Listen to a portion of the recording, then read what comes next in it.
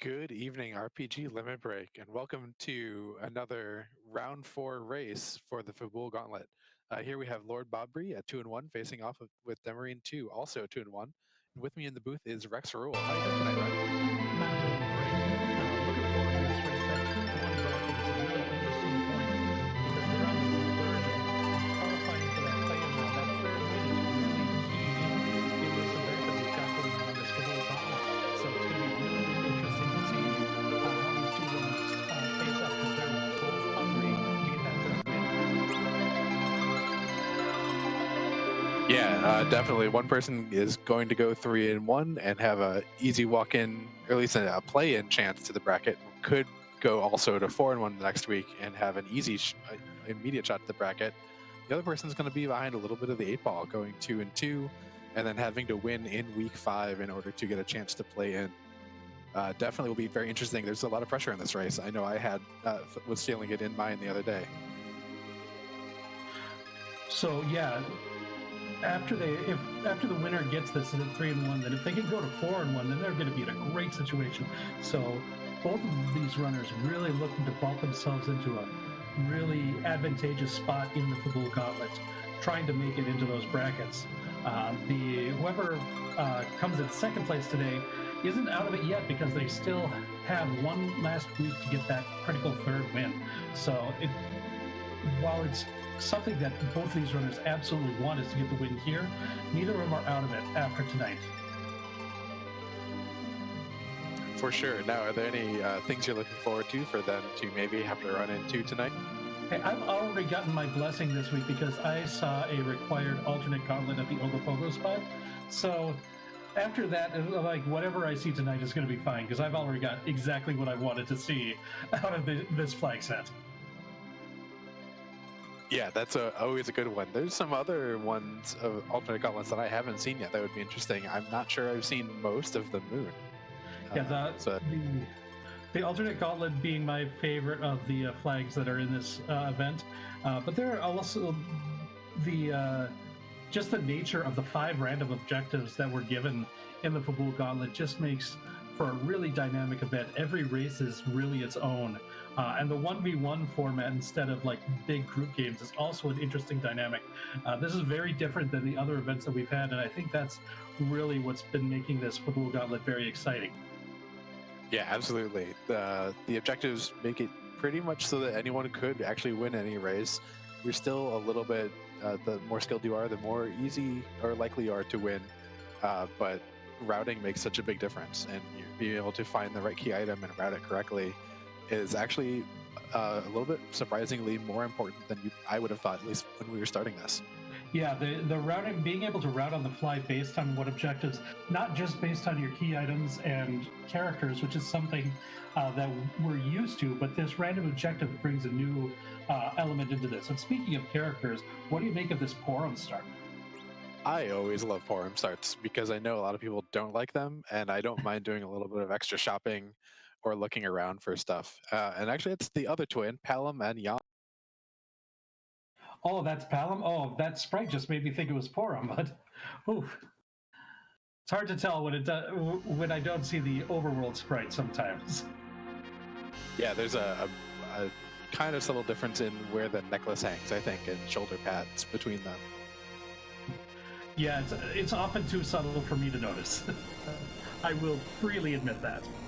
And we were blinded by the gorgeous Fab palette from Scala Kitty in that season 3 palettes that she had.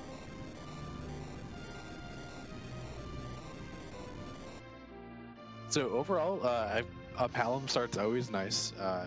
Palom should be getting those level 2 spells pretty soon, and our objectives looks like we're getting Cecil, completing Cape Bahamut, trading away the Pinktail, getting Kane, and defeating the bosses of Baron Inn. So a pretty straightforward set, although who knows when we're going to actually be able to find those 2 characters.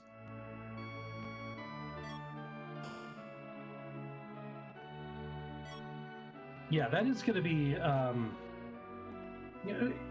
we've got a couple key items that we need to find with the obvious ones are we're going to need the Darkness Crystal in order to get to the moon to get to Cape Bahamut, and we're going to need the Pinktail to trade it away. But we're also going to need the hook because without the hook, we can't trade away that Pinktail. So we've got three key items that we're going to absolutely need. We're probably going to need a way underground at some point. That hook could be the way, but the hook could be underground. We might need the magma key. And then the Baron Inn, of course, is available to us from right at the start, and then a couple characters to hunt for.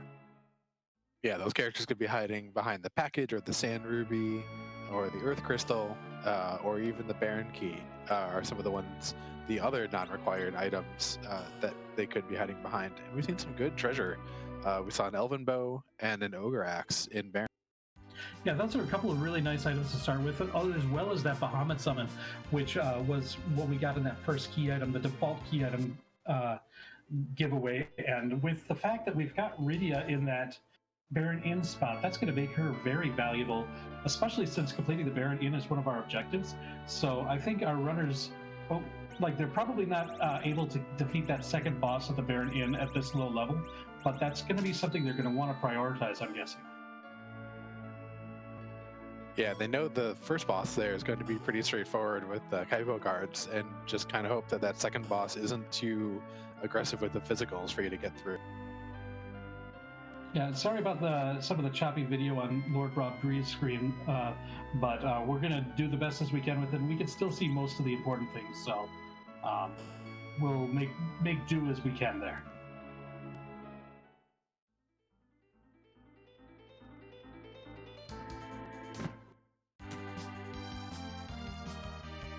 And so Demi looking his looted antlion is probably just going to go straight, or looted Dempsey is probably going to go straight to antlion after picking up the hovercraft.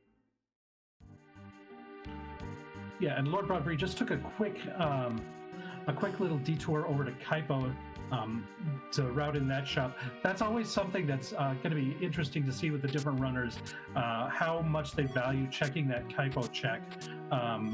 Some try to avoid it altogether, and others want to make sure that they find a place to stick it into their regular routing so that they're sure they check all the overworld, especially the item shops, for things like valuable items like star bales and life potions. Yeah, learning where the automatically required items are, and here we have a bonus round on top of Hobbs and the other twin.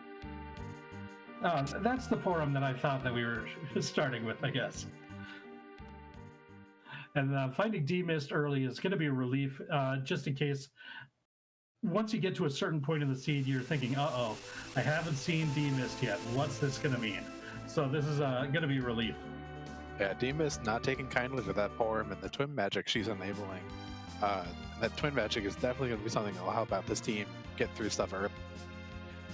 But until Palom gets that level 2 magic, the twin is a great option for them.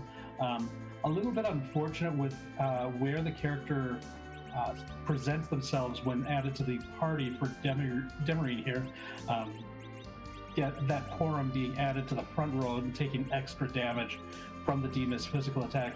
And even if she was to switch the rows here, that would just put Palom in the same situation Quorum was in. So might as well leave it as it is, because this way Egg can at least deal full damage with his fighting. Yeah, absolutely. Yeah, Bree is heading up right behind and going to be finding that D-Mist up here very shortly as well. Quorum takes another quick nap, unfortunately. Looks like Lordbobbree is going to have the exact same formation.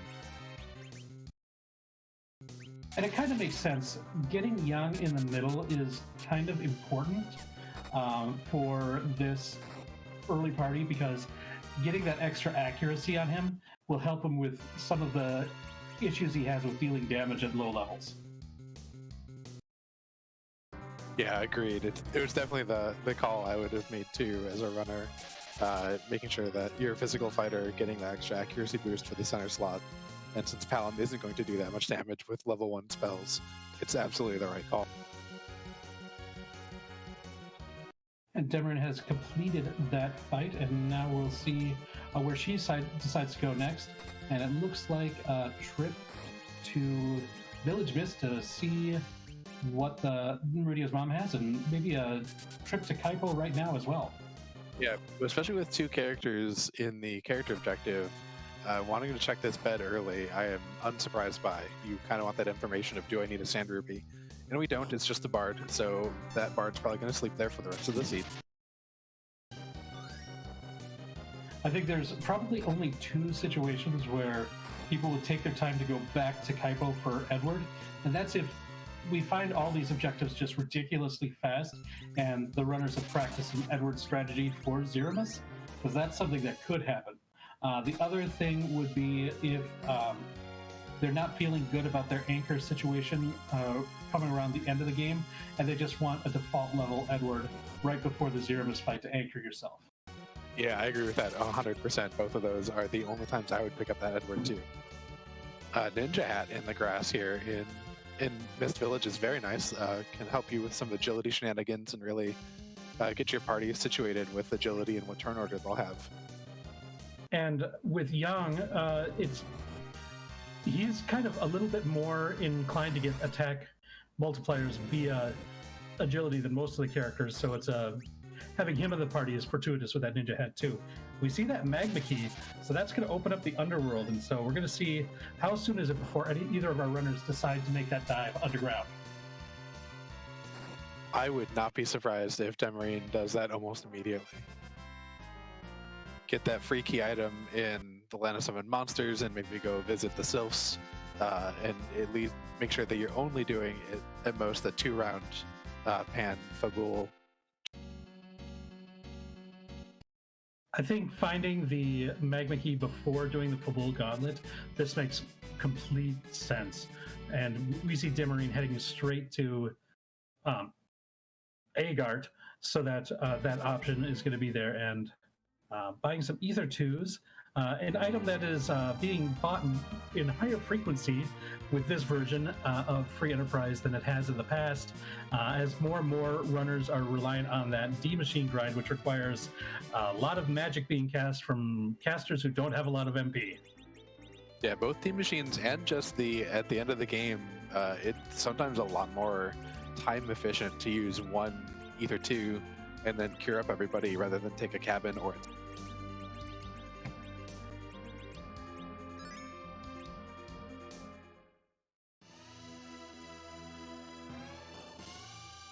One interesting note here, it looks like neither of our runners decided to go to check West Mount Hobbs and the treasure chests that are over there. Is that something that you would have done, Annadale? I probably would have skipped it also, unless I had Della. I don't think it would be worth a single exit item that we saw Demerine use when she got out of Mist to do. Although it definitely has paid out for some people who do go check that. I think we'll see more people check it once we get to bracket stages, when that actually gets a little bit better treasure. Yeah, we've got that the bracket stages with the T Pro setting versus what we've got here. That's gonna be, I think, one of the biggest changes in these flags once that happens.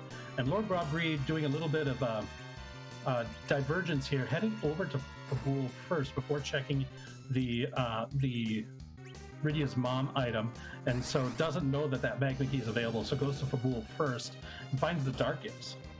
Yeah, and Demerine finds the Twin Harp in the free chest and the Fey March. I find it really interesting that neither runner has gone to check out Antlion yet.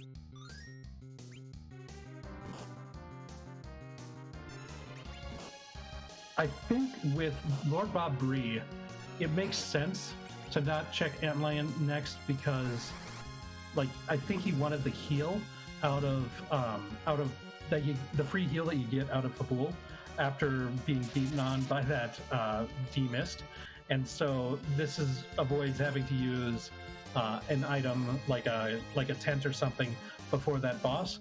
And for Demerine, I think she just wanted to find her way down to the underground as quickly as possible once she saw that Magma Key.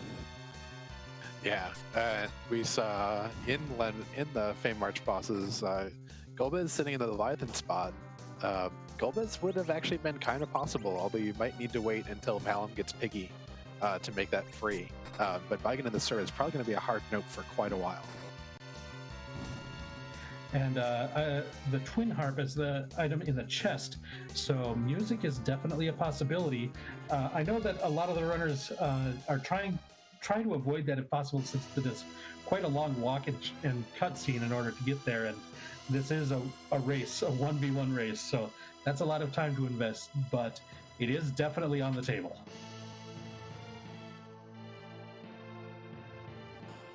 Yeah, it very well could be something that kind of weighs on the runner's minds of, has my opponent done it, and maybe that's where the Darkness Crystal is. We'll find out as it goes on, because this is so early. Unfortunately, on Lordbobbree's screen, a little choppiness made it so that I've missed the item for completing Fabul. We'll get that updated as soon as we know.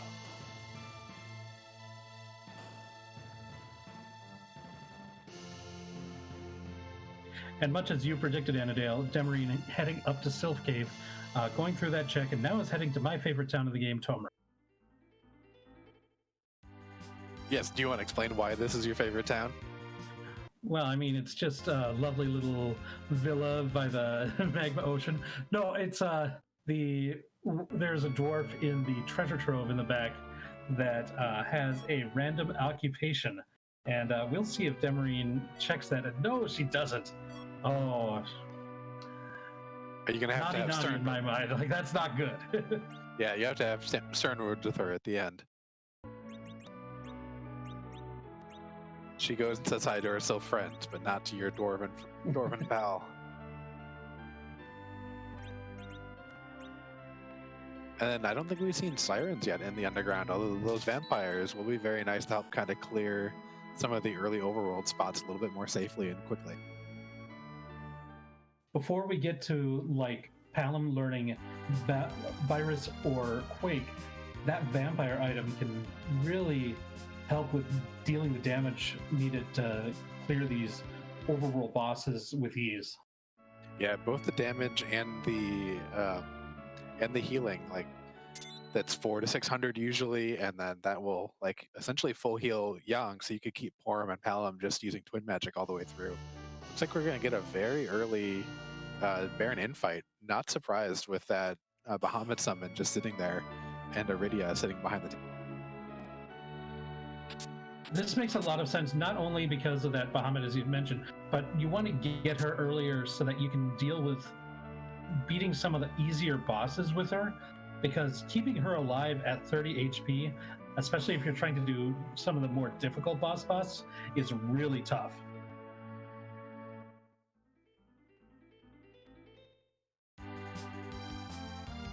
And we see a basically free fight in the first. This is actually less free here than it would be in a lot of other places, because this is generally a free boss spot, and you get 3 attacks out of this instead of the default 2. Luckily, those soldiers go down from that fire too, and we got that cure already cured up, so Demerine's going to be fine in this first fight, but it's really that second fight that's going to be the problem one, and Lordbobbree is right on Demerine's tail. Yeah, having a little bit more levels for going through Fabul, but lacking the vampires. And here we have a turtle. This is actually a really good spot.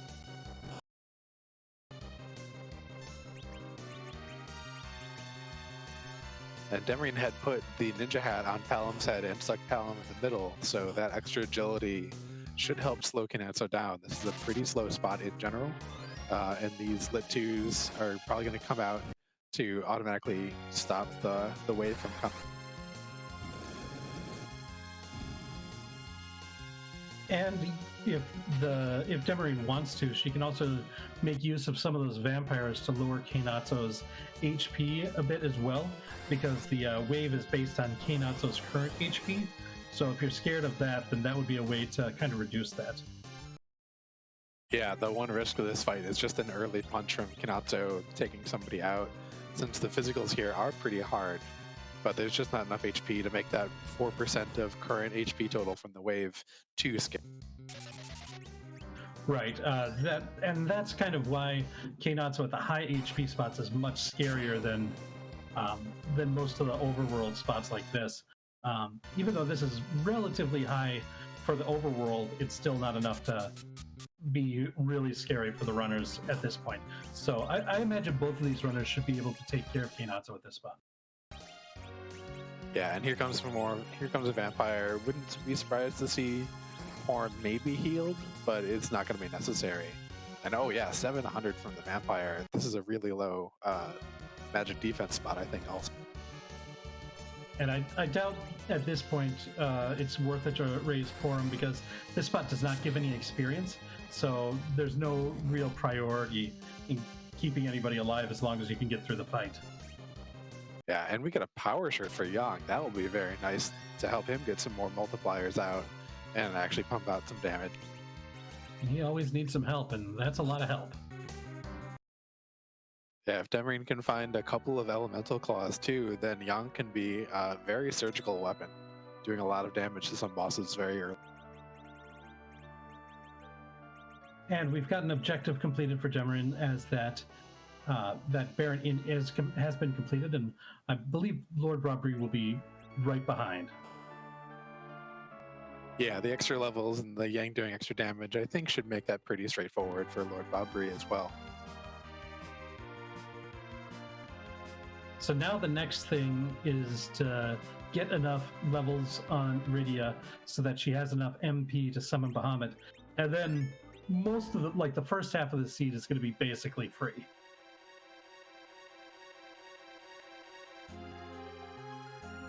Yeah, Bahamut will just do so much work here in the overworld. Might end up seeing that Ninja Hat switch to her and put her in the middle to make her the fastest character on the field, and just let Bahamut do a lot of damage. And Demerine, well known for not liking to open boxes, skipping most of the looting here. Yeah, if she's got what she needs, why bother opening boxes? And is this even randomized? Yeah, Antlion actually deciding to stay home this seed, feeling a little bit lazy today, and going to get slowed and look like some Fire 2, probably going to go down pretty. This is a situation where oftentimes I would say Antlion, you don't even have to worry, the counter's not that scary. In this case, it kind of is, just because you don't want that counter to hit Rydia, because getting her experience is pretty important. And we see Demerine waiting until that Porum was able to do the last damage with the fight, otherwise staying away from the fight command prior to that. Yeah, ooh, and a Heroine Robe. That will be very nice too. You could stick that on your Porum to let her go very fast. I don't think you want to stick it on Rydia, because even though Bahamut has a very high spell power, it will still tank her black magic stat. Right, if she's got enough MP to summon Bahamut, then keep that Heroine Robe off her, because you'd rather her do that extra damage. In the meantime, we've already got Porum equipped with a bow and arrow. If you put that Heroine Robe on her, that's going to really improve her damage from the bow. So that's a real option. Plus, it's got really good defense, too, to keep her alive. Yeah, and once one of Porum's main bonuses over Rosa is that she picks up Berserk earlier. So you can have some Berserker Warrior Porum here pretty early. And that extra agility the Heroine Robe gives, that Berserk, I don't think I've ever seen it miss. So even though it tanks her White Mage stat as well, Berserk usually is still going to be fine. Yeah, by the time you get it, you've probably picked up enough levels to offset any penalty from that. Zodabix asking, is Demerine going to go to West Hobbs for the Rydia Fire unlock? It would be, you do get a random summon for doing that. However, starting with Bahamut, there's not really as much need to do it. If they didn't have Bahamut, but they did have Rydia, I wouldn't be surprised if one or both of the runners made that check. Yeah, the only thing you'd really be looking for out of there is a Sylph Summon just to get some free healing. But Bahamut's just too strong. You're not really going to worry about anything, I think. And Lordbobbree now at the Antlion boss. Took him a little bit longer to go through that cave because he was full looting that cave, whereas Demerine just walked straight to the boss. There are a lot of chests, so if there's shopping and everything that Bob wants to do, he's going to be in pretty good shape for that with all the loot that he's gotten from Antlion Cave. Yeah, that's the push and pull about skipping some early looting spots, is that you might not have enough money to pay for all the things you want to later, but you'll save a lot of time if you actually don't need any of this stuff. especially when things like sirens, Bacchuses, and stuff like that are very expensive. Hourglasses, tier 3s, which are like kind of the end gear consumable items that you'd want to have. Yeah, one of the main things that the 4.0 version did in terms of kind of overall increasing difficulty and then making some characters more useful than they seemed to be before was to increase prices and reduce the availability of those items, those very powerful Japanese items. Speaking of that, with the sirens not being available in every seed, and I don't believe we've seen them yet on this seed, that's been making what grind options you have available to you has been one of the really interesting things about this event, and why we might have seen somebody buy those Ether 2s early to prepare for a potential D-Machine grind, because they know that that's something that's real. And we have a vanilla pan. Ooh, Sheila's trolling us today. Yeah, and that Sylph summon out of the chest there, very nice. This has been a very good Fabul check for Demi, especially because of doing that early check for Sheila 1. Having both Sylph and Bahamut really is that's what you want for Rydia. The rest of the summons you're almost never going to use. Those two are basically the ones that you're going to be calling on, depending on the situation. We see Lordbobbree doing a full loot of Toria, because he's got that Earth Crystal, which Demerine just picked up at Fabul. So that gives you access to the big treasure room. We didn't see a whole lot because, unfortunately, his stream is a bit choppy tonight. We did see a lightsaber, which is maybe the 4th best weapon for Cecil, but it's still very good. And it's the best one you're going to find out of a untrapped treasure chest in this flag set. And we'll also sell for a decent bit if we don't find Cecil until the very end. With a required Cecil, getting something that's going to be one of his top tier weapons, even if it is a step below, like Excalibur, Crystal Sword, well, Defense Sword and Avenger, so maybe Light Sword's his 5th best. And I don't know, Artemis Mo still might be better too, but Light Sword's still pretty good. It still is definitely a reason, if you have it in your inventory and you have a Dark Knight Cecil, still a good enough reason to go up board deals. Definitely one of the better weapons in the game. And can make some of the bosses pretty easy. Mylon Z does not appreciate lightsabers to his... So another question I'll ask of you, Annadale, is do you prioritize Mount Ordeals more just because a fine Cecil is in your objectives? I would in this particular race probably for that, although we don't have any actual boss hunts and we've already found D-Mist. So I might put it off until I either have to or I have Cecil and a very good weapon for him. At this point, we have a lot of mages, and we might be looking at if we just get one Tella or one Fu, I would be happy to take this team to Zeromus off of like a D-Machine grind. And use someone like Yang as just a chemist for that fight in that case?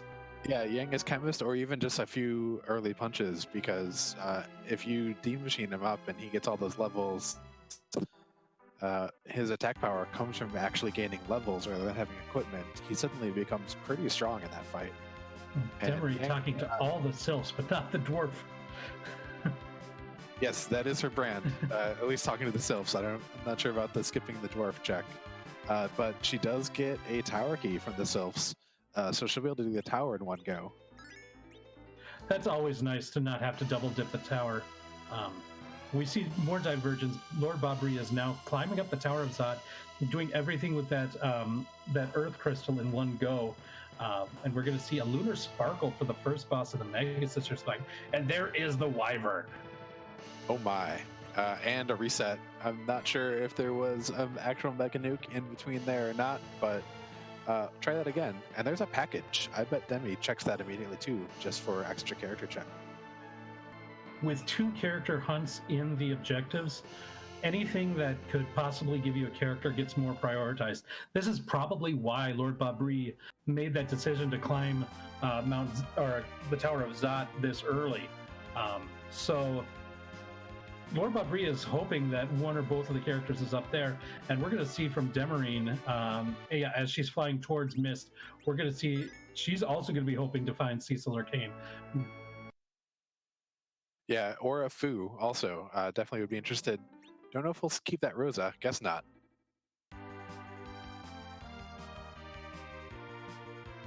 Well, now I know exactly how much Demerine does not love white mages. Demerine already has her preferred white mage.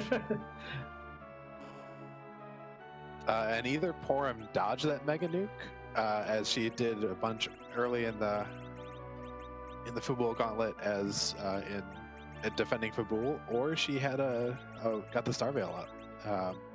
Lordbobbree is going for this, even though Wyvern did get some walls up and nukes will be coming. Well, if the walls are up, then this Sylph will trigger the Mega Nuke and can reflect some more Mega Nukes off that. So I like that situation, and that's exactly what he did. Yeah, some good heads up play. Although it looks like maybe Iridia did not get a wall up on herself, and we have another reset as a nuke comes down on. Yeah, you've got to be a little bit careful about that, but if you can get it timed right and have all the necessary Star Veils up, it's a very good strategy.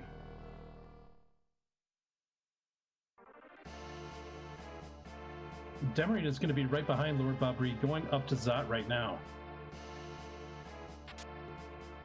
Yeah, I think chat might need to get the Wyvern counters out here to see how many times Wyvern bests their runners before the runners get the better Wyvern.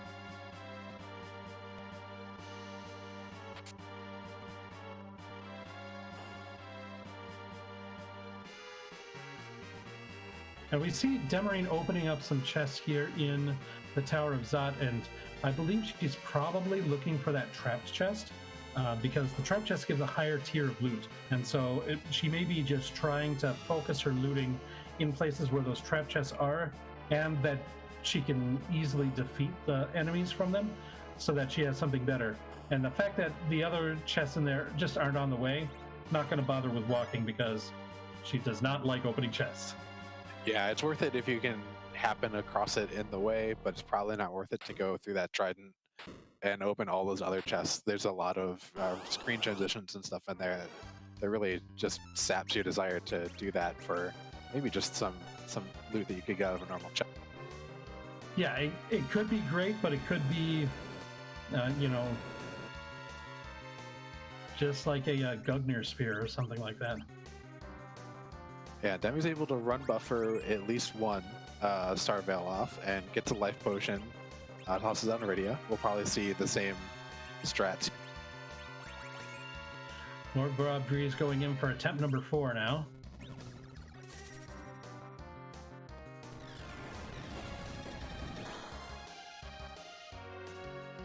Now here we see Demerine using Bahamut on Wyvern. That's going to do a lot more damage than Sylph, and that might give the edge to Demerine.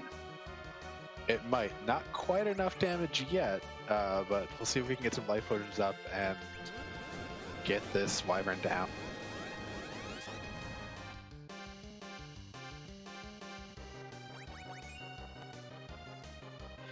This is a pretty rough spot for this sort of level that our characters are for Wyvern. Yeah, and I don't think that vampire is going to go so well. Vampires won't go through the...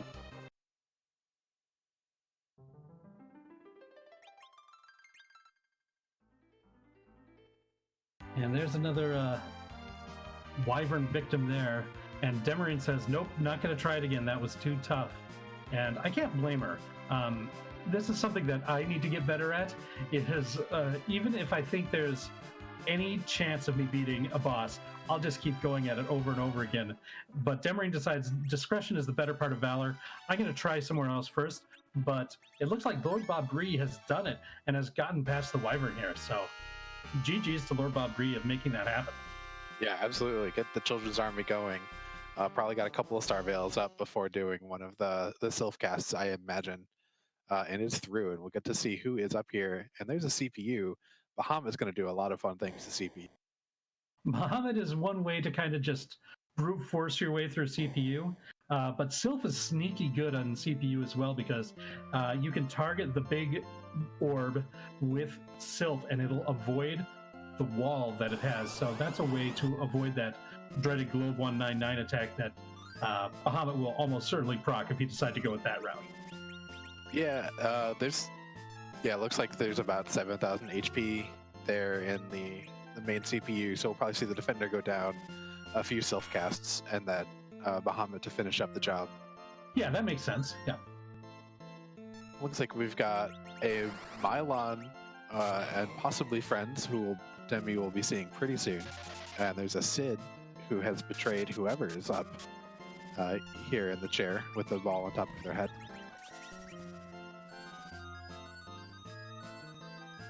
The bowling ball of doom. And Zot probably required. That's a Kane.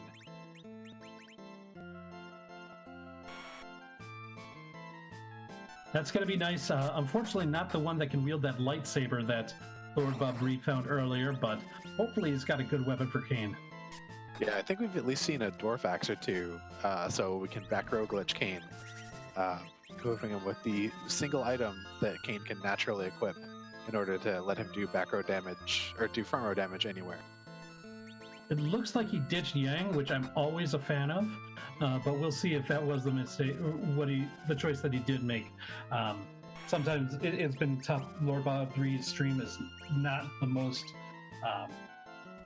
consistent tonight, but it looks like he did have a Gungnir Spear, so that'll be a pretty good weapon for Kane. Yeah, and we saw a couple of Blizzard Spirits too, so that I would definitely hold on to those until we've gotten past the Rubicon, because those will do an awful lot of damage there.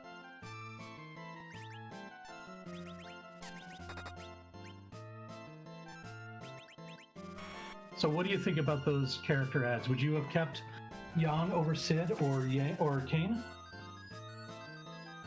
With a Dwarf Axe, I might have done exactly that, and that way Sid, even if we never find a curse ring, probably ends up being a good anchor throughout the rest of the seed, and has enough HP to be a chemist in the final fight. And Kane will generally do a bit more damage than Yang, and will be a little bit more useful throughout the mid and early late game. And so that's a free fight in the Val.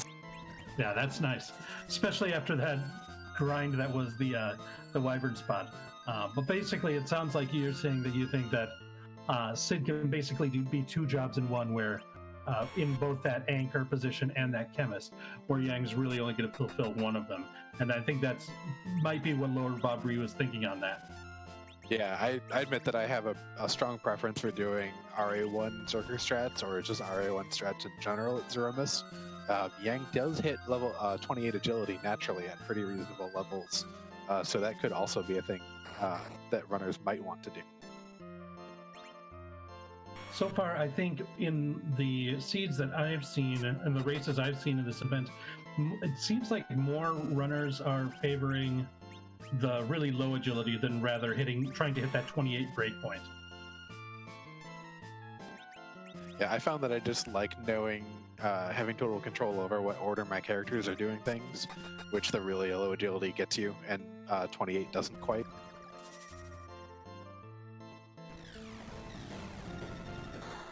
And here comes that Bahamut to finish off the CPU, as predicted.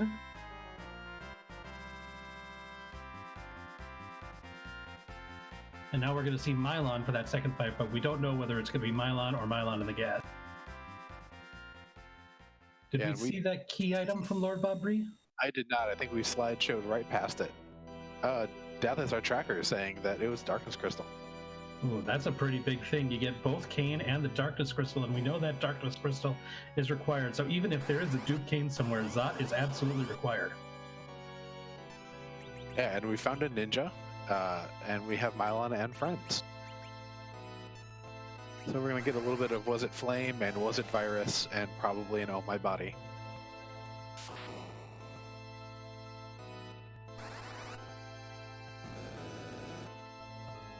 You can see just the difference in charge time. Flame was queued up first, but the virus gets released first because virus is just so fast. Yeah, virus is one of those nice instant cast spells. It doesn't have any delay on it, where flame I think has a 2 or 3 tick delay.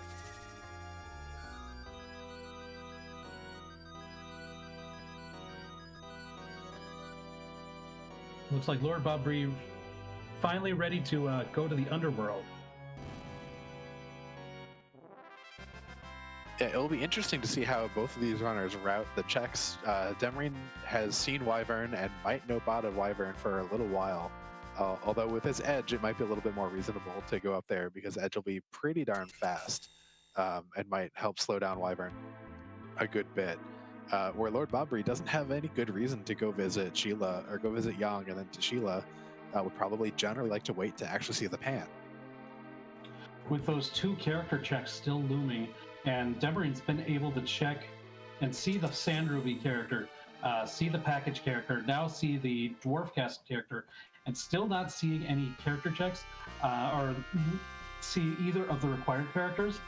I don't think she's going to put off Tower of Zot for too long, though she does have that tower key, so she might do Tower Lower Babel beforehand, just because that's 2 checks that she could do, right? 2 key item checks that she could do together. Yeah, and they'll be pretty straightforward. And oh my, that's a crystal sword that we got from Dwarf Castle. If we pick up our Cecil, I imagine we'll see immediate runs up Mount Ordeal. Yeah, that's definitely a reason, because it doesn't take a whole lot for Cecil to just carve through Zeramus when he's got a crystal sword. And Dwarf, Dwarf Castle with some goods with samurai bow, samurai arrows, and some charm rods. And Lordbobbree decides, hey, you know what? I think I'm going to raise the big whale right now. Yeah, might be looking to get both character checks out of the way, and maybe even see what's in Cave Bahamut. Kind of give you an idea how much you have to grind.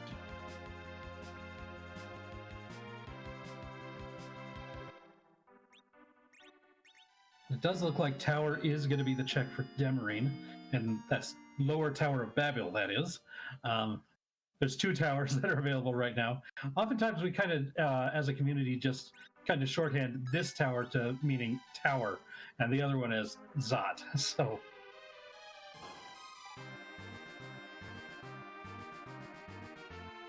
yeah, and this play does not surprise me, and I totally agree with it from Demerine. Both of these checks should be pretty straightforward and easy. Could think about maybe doing some of these trap chests, although I don't think I've seen a Thunderclaw yet to make them 100%. With that crystal sword already in the inventory, not a whole lot of reason to check them. that's a good point. There isn't a whole lot that you're looking for. And if you're not going to be able to one-shot the alerts, then they're just going to take way too much time.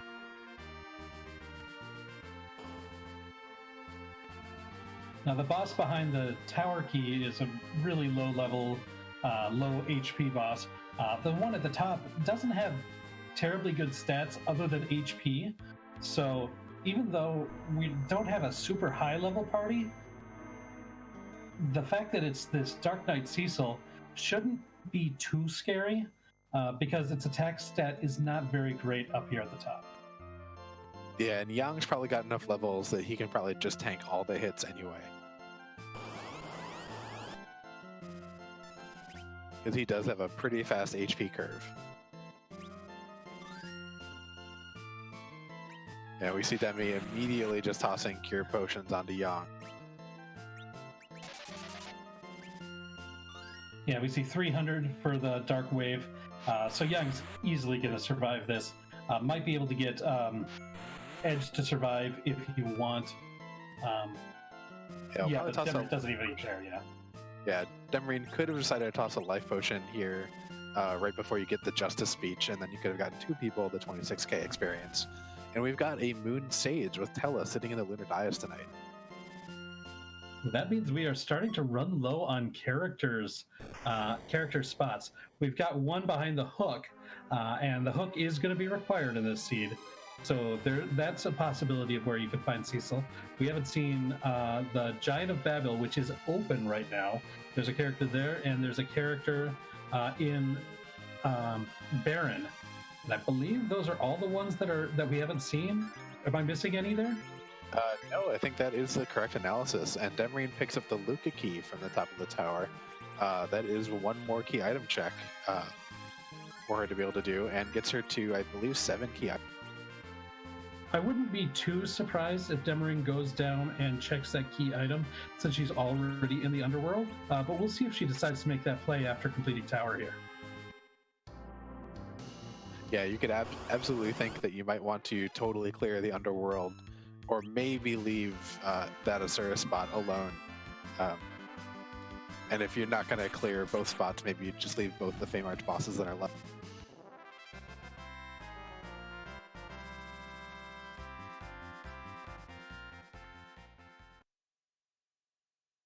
And Asura is goes down pretty easy there for Demerine. As said before, this is a pretty low level spot.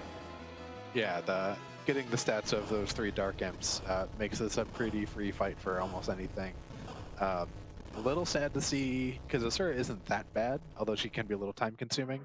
I'm a little sad to see her here often, because it's a little too easy, and she's a little too cheesable with Mage Killing Gear and Star Veils.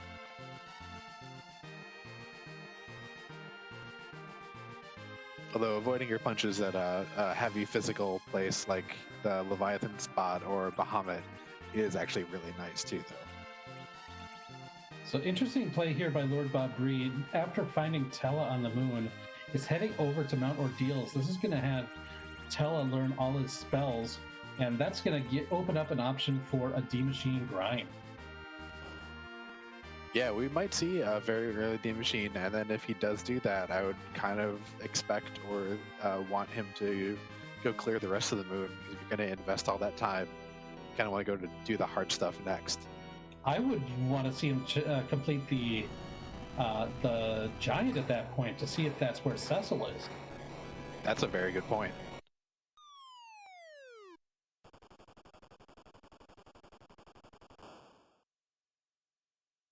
And we're going to get that key item check here from Demerine right soon. Well, the pass is always a nice pickup. Not technically a key item as far as the number of 10 key items that we look for to get double experience, but a very useful item nonetheless. Yeah, especially if Cecil ends up being behind the Baron key or the hook and we get that on the moon. Demerine now has a free and clear way of getting to Zeromus after and not having to go moon to Earth and then back to.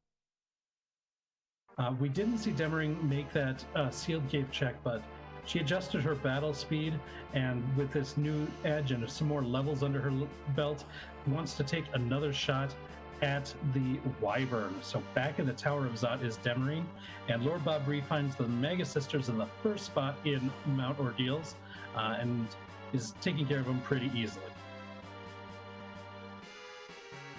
Yeah, after having cleared Tower of Zot, there's plenty of XP on this team. Not really going to worry about them too much. A little sad that Rydia did not make it through that fight. I'm not sure if we've actually seen Mega Nuke come out for Lordbobbree yet. Well, she's over the amount of MP that she needs. I just don't know. I don't know. Maybe Lordbobbree sold Bahamut early, because that is worth a pretty penny. It is. I don't think I would ever sell it quite that early. Okay, Dathis is saying that he has used it. Probably just one of those things that we missed as we're both focusing on Demarine's screen and through the slideshow. But here is Demarine's second attempt at wipe.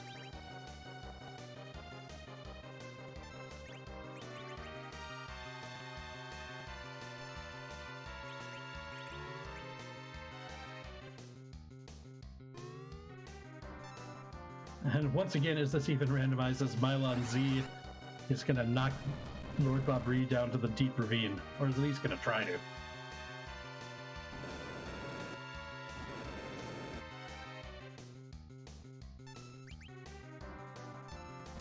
We can see just how much it does to change your battle speed, and also to have a little few more levels.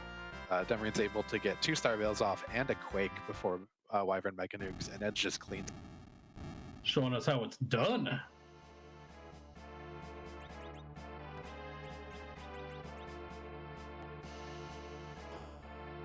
Yep, and we have Mylon Z down on Lordbobbree's side. Soon gonna get the check in Ordeals, get a fully powered up Tella, and have a Paladin Cecil waiting somewhere. I don't know if I missed something. Did Demerine just turn random encounters on? If she did, I would imagine it would be a quick miscue from turning battle speed back down. Oh, that might have been it. I know I have definitely accidentally turned encounters on when I've been manipulating the battle speed. I've definitely forgotten to turn random encounters off after doing a D-Machine grind. That's rough. Yep, that is definitely a thing, and I forget to turn battle speed back down after Wyvern 2. Every single time. Demarine's going to be relieved to see Kane and the Darkness Crystal and a free boss in the second fight here. Everything else after that Wyvern is cake up here at the top of Tower of Zot, and that's really going to be nice for her. Once again, if our tracker Dathis knows what the item was at the top of Ordeals, because I missed it. Yeah, I did too. Looks like we have a Dark Elf, though, that we're fighting in the room. And it's a Baron Key. That's okay, huge. That'll be very... no one has any love for Yang today. Yang is also pitched to the side by Demerine. Hey, quickly taken of his clothes and handed probably to... As I say, I always support ditching Yang, so big ups to both the runners for that. We'll see with this Darkness Crystal how Demerine decides to run everything. She might go up and find that Tella too. See if she decides to make that same play to power up Tella afterwards, or if she ditches the old man to the side to favor the party that she already has.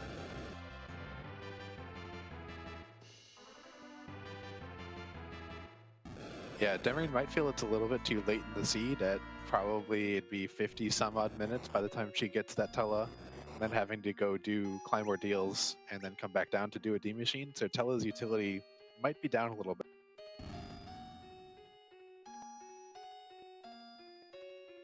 And another good reason for Demerine to have ditched that Yang is Edge can equip all those claws that Yang can to get all that kind of Swiss Army knife utility about hitting boss weaknesses, and even do a little bit more being able to equip the mute knife too. So dropping Yang when you already have Edge, I am not even the slightest bit surprised by. The versatility of Edge is really what makes him such a powerful character, and why he's gated in these flags for the Fabul Gauntlet. Yeah, he can pretty much full clear the available open overworld for you from the get-go, which is why we don't let you get him without having a key item.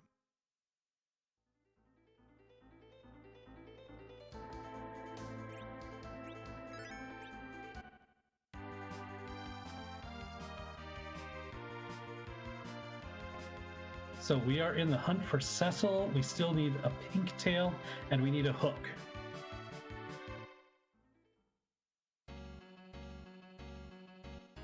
It looks like Demerine is heading to Mount Ordeals before even launching the big whale. Doesn't know that the reward is going to be Tella up there, but that's going to be a kind of nice bonus if she decides that she wants to keep the old man. Yeah, and she could just be looking to clear the overworld. Having Edge and Iridia with Bahamut will make this very fast, so it's not a whole lot of time in Messenger. And she doesn't know yet that she'll get a Baron Key out of it, but would be very happy. And the Baron Key would put her to 9 key items when she gets there.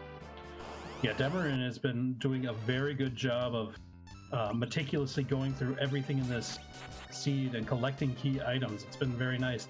Lordbobbree had a bit of an edge of getting through Tower of Zot a bit earlier than Demerine did, but now that Demerine's completed that, I think she's probably in a little bit of a lead right now.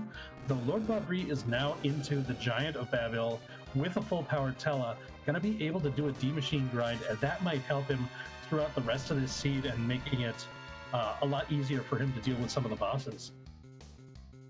Yeah, this is going to be one of those, it will depend so much on if Cecil is up here. Because if Cecil is behind this giant, that's a huge advantage for Lordbobbree. If Cecil is not here, big advantage then swings back to Demerine. This could make or break the raid. It also may depend on whether or not Demerine decides her best option for grinding is that D-Machine grinder, not either. Because if she does, I think Lordbobbree definitely, as we see him going into the status screen, is definitely setting up for this D-Machine grind. And there's a character, there happens to be a character check right next to it.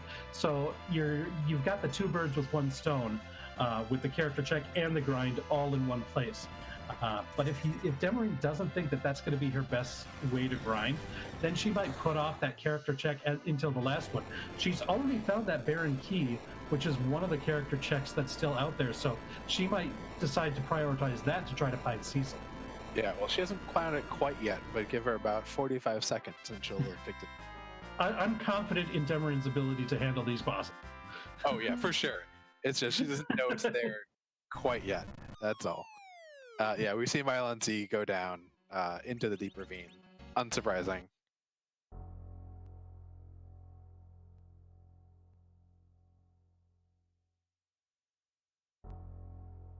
Lordbobbree looks like having a little bit of trouble finding the grind, or just it's not being very cooperative in terms of getting that grind. You never know with runners that we don't see very often if they know the step chart or not.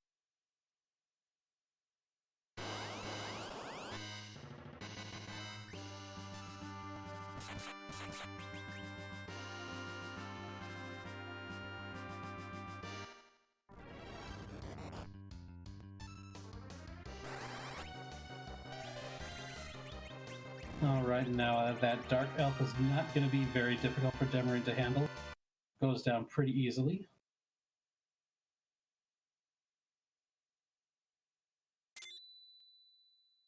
Yeah, very fast me change, and then Rydia, who already has levels for Virus, gives the dragon a little bit of a cold and makes him go.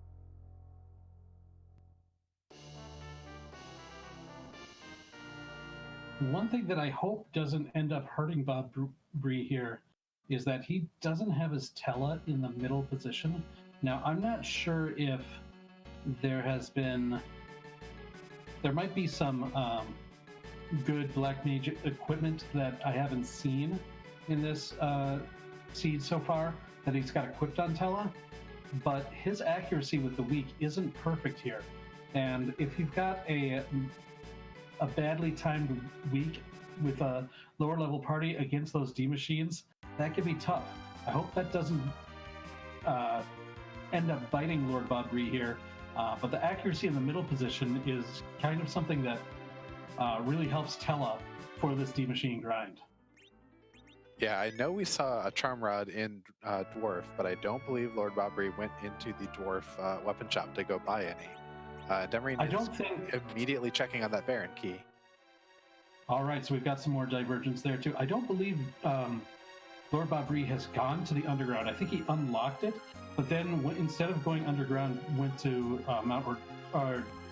launched the big whale and then went to Mount Ordeals instead.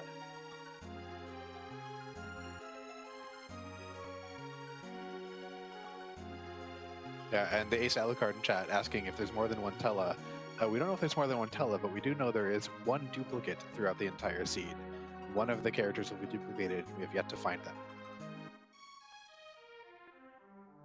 This is going to be big. If Cecil is here in Baron, then that's a huge lead for Demerine. If, as you mentioned before, if Cecil is up here in the Tower of Zot, or excuse me, now I'm getting all my places mixed up, in the Giant of Fabul, then that could be huge for Lordbobbree. Although this D-Machine is giving him some trouble.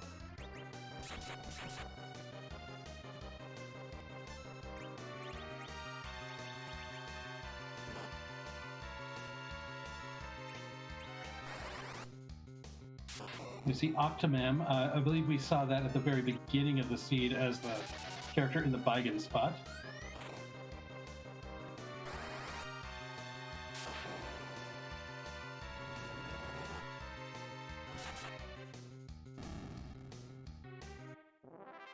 He got the weak off. If he can kill this first D-Machine, then he'll have time to recover and set up for the rest of the fight.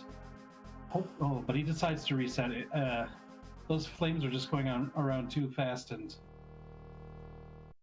an unfortunate reset there. Hopefully, you'll have better luck the next time.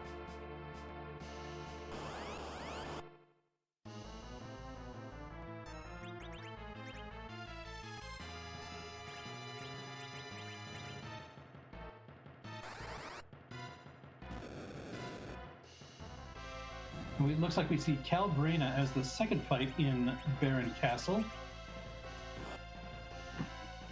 And the first attack did not...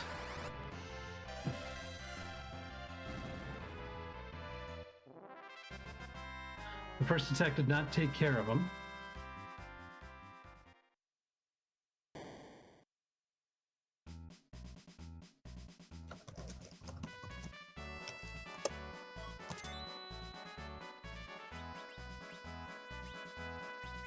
And there is Cecil as the character in Baron. That is huge for Demerine.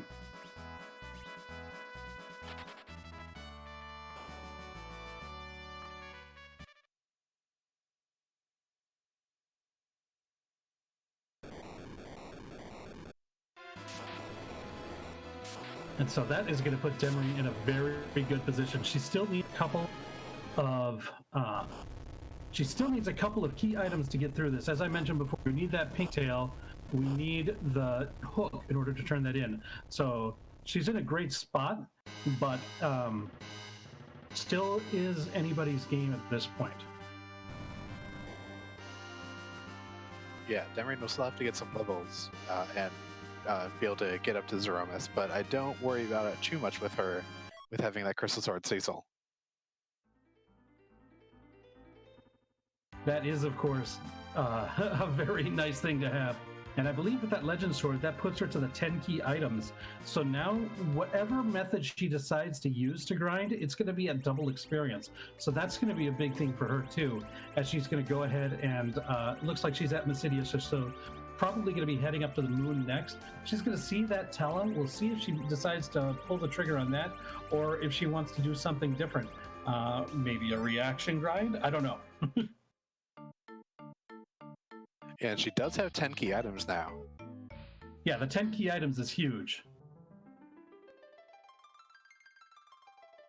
Just again, she's been doing a very good job of clearing out these key item spots and getting so many of them. It's just unfortunate for her that neither the hook nor the pink tail have been included among them. Yeah, I wonder if she'll be just looking for a quick, easy boss to get a lot of experience here on the moon. Or maybe just to walk around a little bit too. That could be an option. She might also check to see if that quick, easy boss is the one in Bahamut Cave, because that would, of course, be another objective for her to complete. If she sees Baron Guards there, she's going to be very happy. Yeah, although we do need... I don't think we've seen hourglasses, so we do need a way to stop them, and they're pretty hard physicals here on the moon. Looks like this D-Machine grind is going much, much better for Lordbobbree, with Tella in the middle, taking some time to heal up here. Beowulf0630 says, what would be rudest boss at Bahamut? Probably Alt Gauntlet, if that's required anywhere. That's always going to... otherwise, someone like Baigen would be very difficult in that spot. CPU is very annoying in that spot. But it looks like instead of going straight to the moon, Demarine's going to be the hero of the people and head to the music location. So we're going to be able to hear some of DJ Spoony B's rockin' tunes. Yeah, not just for enjoying the tunes, but I do like the play of just saying, I'm going to full clear Earth, gonna leave nothing behind. I have the pass, so as soon as we find what we need on the moon, we just come back and end.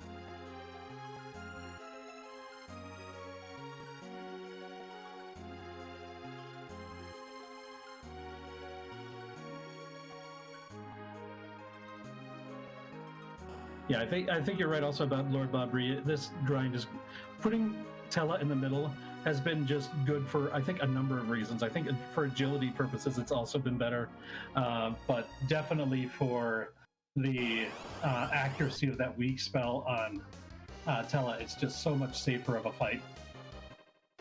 Yeah, absolutely. And something that we've seen some runners do here is, I don't know if it's totally newly discovered tech, but if you time your Ice 2s correctly, it would make getting 2 life potions off a little bit easier. We saw Invenerable use that to great effect in a race in an earlier round.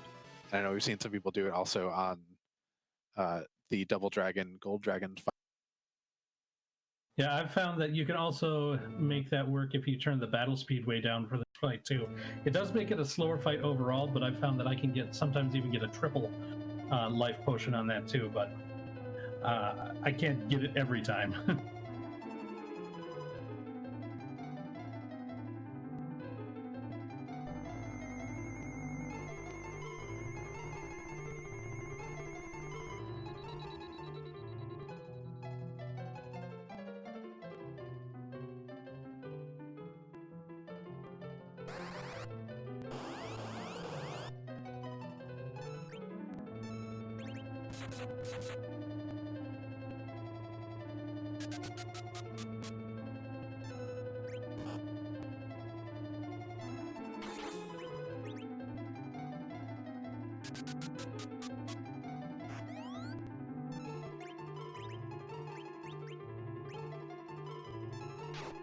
I don't know about you, Annadale, but for me, the Cloud of Darkness was one of the most difficult final bosses that I've ever faced in classic Final Fantasy.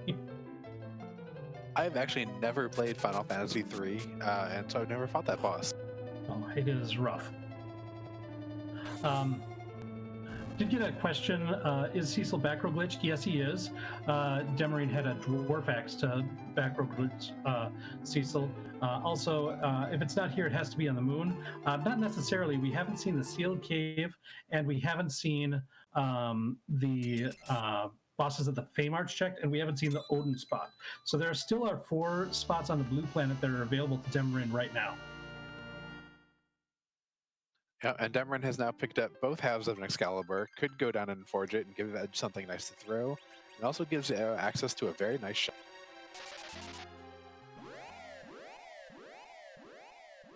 Yeah, and with no reset here, I wouldn't be surprised to see her head to the underworld, maybe do some of those checks, as well as go to Coco's hut.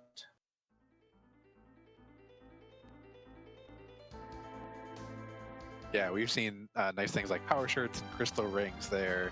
I believe you can also find moon veils, which are extraordinarily powerful, but also extraordinarily expensive. Yeah, those moon veils would make that Baigan that's hiding out in the Leviathan spot a lot easier to face.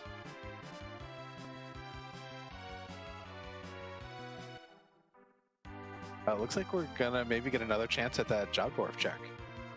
Oh, nope, another fake out. Ooh.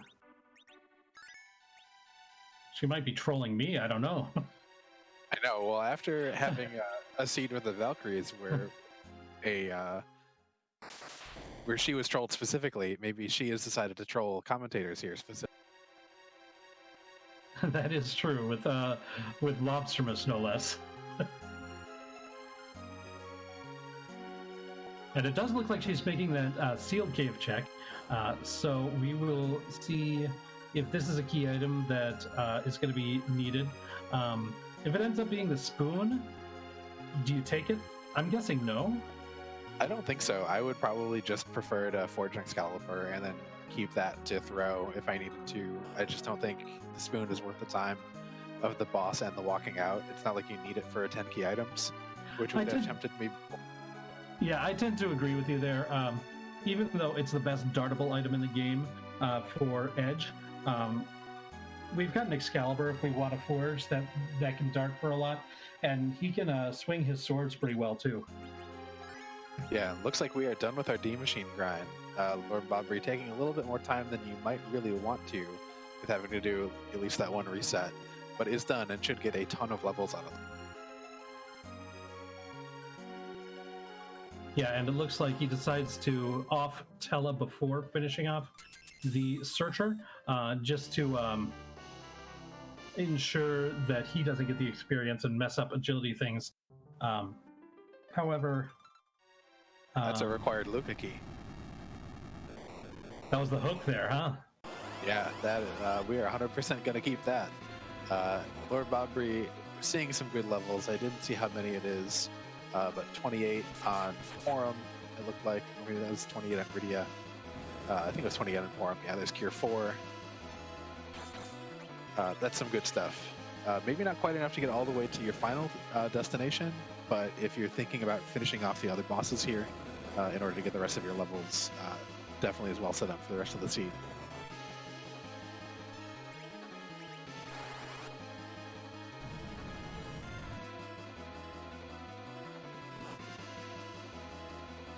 And looks like Rubicante is the boss of the sealed cave, and he is pretty tough in this spot. This is not a place where you want to see the Fiend of Fire here.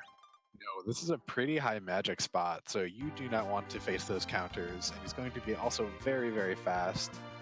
Looks like Demi, even though she knows that that is a required boss, is going to hold on a minute and come back. Might be going to get that Excalibur and toss it directly in Rubican's face. Okay, question in the chat: what determines boss difficulty? The stats that the boss has are going to be based on whatever the vanilla boss is. So that Rubicon has the stats of the evil wall in that spot, but it retains its original script. So, like, it's going to counter to the physical attacks with that fire too, and it's going to cast glare on one of the characters and then close the robe and then hit you with a physical attack. Like, that's all Rubican's regular script, but it's got the stats like the attack power, the magic power that the evil wall would have. So that's how the boss stats are determined in this game. Yeah, and as Julius in the chat is saying, Evil Wall has a very, very high magic stat. I guess they really wanted the crush to land on you. So that's going to translate to very high magic deep damage from Rubicon. And Kaylor in chat asking where Cecil was. Cecil was behind the Baron Key. Yeah, one thing that's kind of weird about the bosses, most of the bosses that don't do physical attacks have a very high physical attack stat, and the bosses that aren't really known for their magic tend to have high magic things. Like, you don't think, like, Crush is a magical attack, but you don't really think of it there. You think of it moving forward and hitting you. And so it seems like it's a physical boss, but it's got a nasty high magic attack. So it's just kind of one of the quirks about Free Enterprise, that you learn all this about Final Fantasy IV. Yeah, it seems like the original developers of the game were like, cool, this boss doesn't use physicals, so we'll just have a lot of physical damage here. Both the Wyvern spot and Bahamut spot and CPU all have very, very high physicals, as well as Leviathan. You don't want to see a physical and punching King Queen boss Evelyn, in any too. Yeah, for its level, King Queen Evelyn, it's awful rude. Demi finds her Moon Tella, and we'll see if she decides to keep him. Yeah, this is a really interesting decision for her, I think. A very fast one, anyway. Goodbye, Tella. So at this point, I would say she's not going to be counting on finding Fu anywhere. So I think she's thinking the D-Machine grind is probably off the table. But it's going to be interesting to see what her decision on how she wants to get the levels to get to Zermus is going to be. Is she going to be relying on these moon bosses to get her that experience now that she's at 10 key items? If she has to end up full clearing all the bosses on the moon, that might be enough. Yeah, I think it would be. It's also worth noting, Lordbobbree did not fight the bosses in the Giant of Babel. He decided to avoid that character check, and that's probably good since we know that Cecil was found via the Baron Key and not via the Giant. So this might end up helping him that he decided to walk out. Yeah, it looks like Demi's turned on some random encounters and probably be just fighting stuff on the way to doing this required Bahamut check.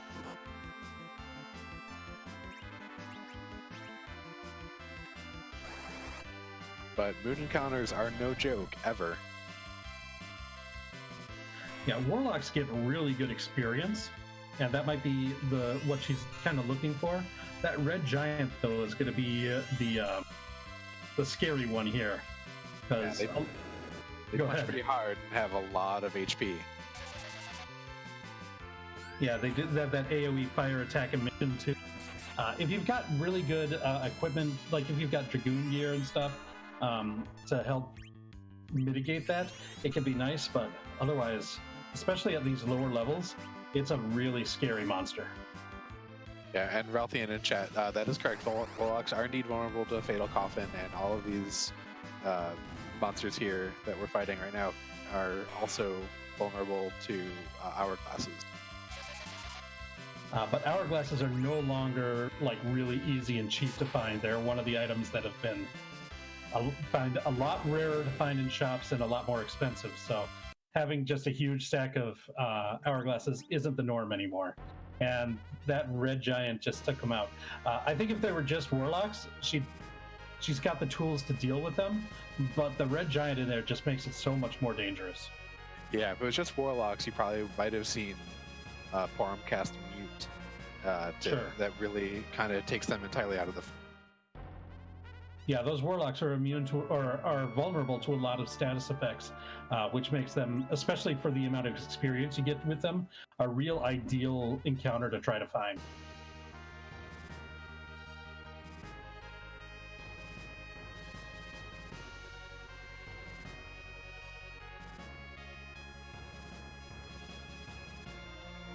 And it looks like Demi just finds nothing good really out of that item shop and decides to go give it another try.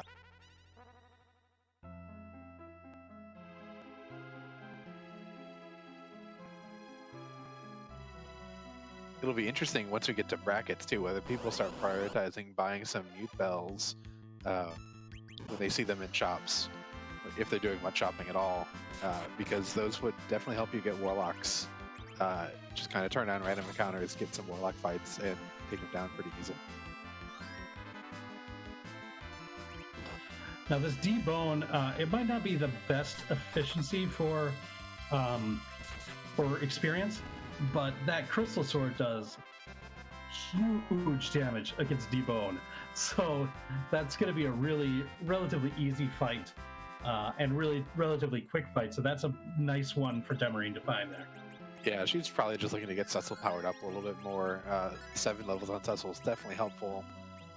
Probably hoping maybe to get him into the low to mid 30s. Yeah. And Lordbobbree finally getting underground, checks and gets their Twin Harp here in Summon Monsters. It'll be interesting to see if Lordbobbree goes after that Golden. With the levels that he's got, I believe it was Baigen, right? Baigen was in Baigen was Asura and Golbez was in Leviathan. Oh, so yeah, I was partially right. And this is one of the fights that you really want to find, the Warlock carry combination, especially if you've got somebody who knows the stone spell, since all of these monsters are vulnerable to stone. Yeah, our Pelham's a little bit low for that so far, but Cecil's going to do some good damage. Should get through this pretty easily. And that Golbez fight, if I remember right, Demerine did have Piggy early and could have been cheesable immediately. It's a little less enticing now that you have 5 full characters. But when it's only Lordbobbree with the levels doesn't want to mess around with Golbez at this point, but thinks Baigen might be more doable at this point. And I can kind of see this. At lower levels, I think this would be like, as you say, there's ways to kind of cheese Golbez and make him a bit easier to deal with.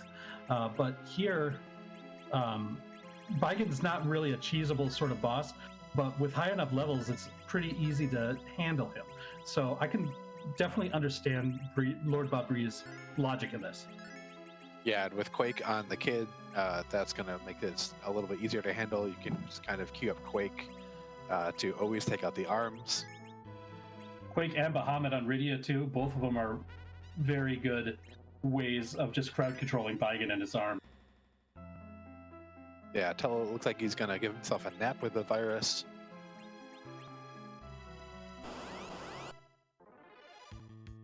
Yeah, that's some nice timing. The arms are covered just in time for Palom to get Quake back.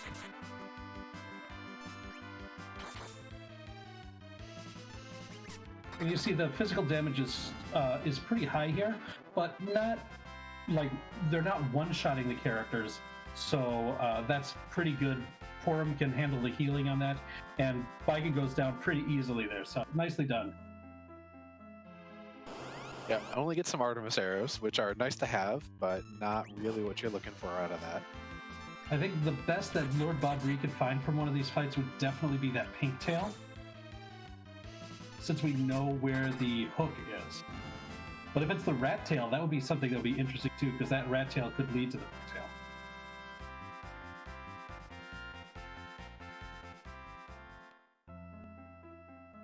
Yeah, it's definitely what you're gambling on with doing these. Both of these fights is that it is behind them. Most people don't really like doing the Fame March bosses because they're easily accessible, but also generally hard to. And especially Golbez just takes a long time. He likes to talk. Yeah, Golbez is just a long fight in general. Not easy either. No, the magic here isn't super strong, Right. but also not a lot of hit points left on either of these characters. So kind of have to get right on the 50-50 in order to get a Star Veil up in time. Yeah, absolutely. This is the magic. Since Leviathan, the vanilla spot here, uses those Ice 2s, the magic isn't as high here as it might be somewhere else. It's still high enough to be scary, as we saw the Virus one-shot and Lit 3 doing about 1100 damage, but Palom able to get that Star Veil up, and from here on out, you can try to get characters up and get Star Veils up on them. It's always nice to have two characters at least, just in case the Star Veil runs out and you have to re-up the, one of the characters goes down after something like that. Not just wiping because of that. So this is pretty good. And now I think we've got the two characters. Palom switching over to Nuke to try to finish him off. And as long as the Star Veil on Palom doesn't wear off, I think Lordbobbree should have this fight. Yeah, and there are those Baron guards you were calling for Demerine. Hey! Bahamut Throne.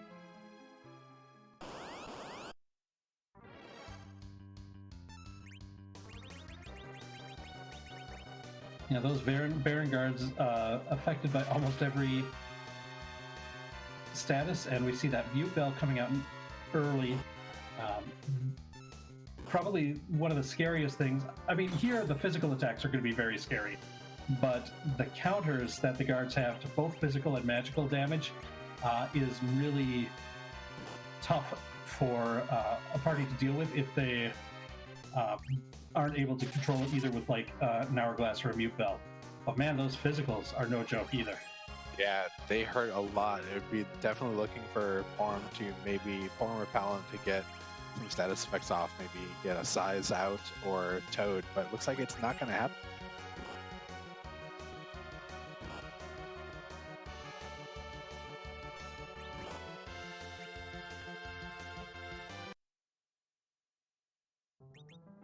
And Lordbobbree gets that Golbez down as Demerine is forced to take a reset.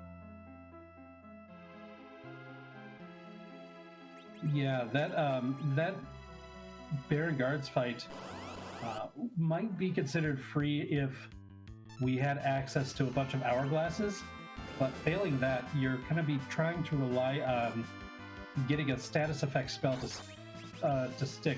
And it looks like the Mute just is not sufficient for Demerine at this point, because even though the counters would be nasty, the physical attacks I think are going to be the scariest thing.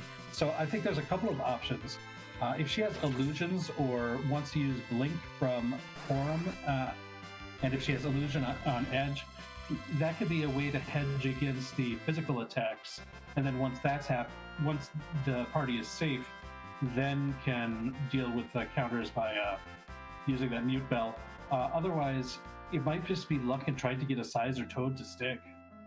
Yeah, could be looking to do a stone with, or not, a stop with Palom to at least stop one of them for a short while Porum gets a size off.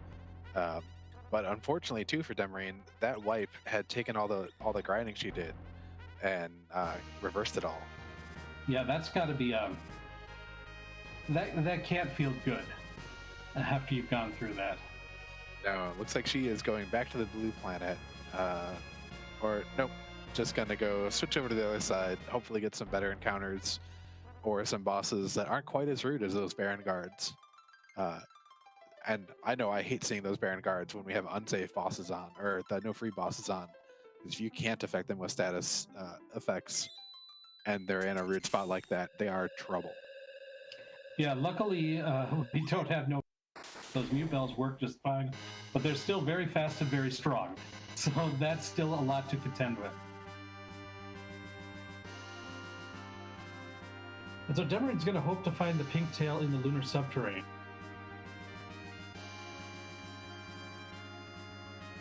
Yeah, and unless the pigtail is hiding in the Odin spot, she pretty much has to either find it here or back at that Bahamut. But I think she's both looking for the pigtail and for some levels.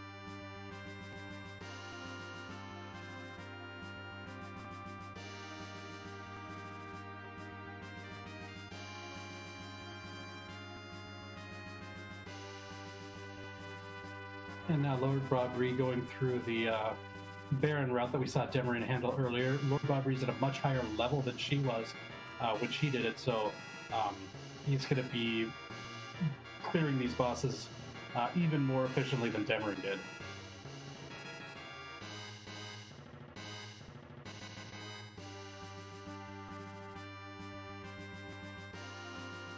Now, I don't remember anymore. Where did Demerine get the Luca key? Was that from the tower key?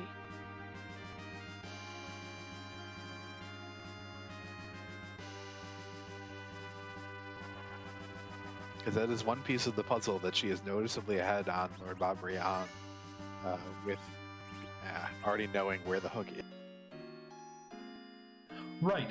Demerine was a lot faster in getting the key item knowledge and like the lay of the land of the seed, whereas Lordbobbree was a lot faster in getting the levels for his party. So they're kind of different. Like you kind of see the objective list and everything, and the key items, and it looks like Demerine's really far ahead.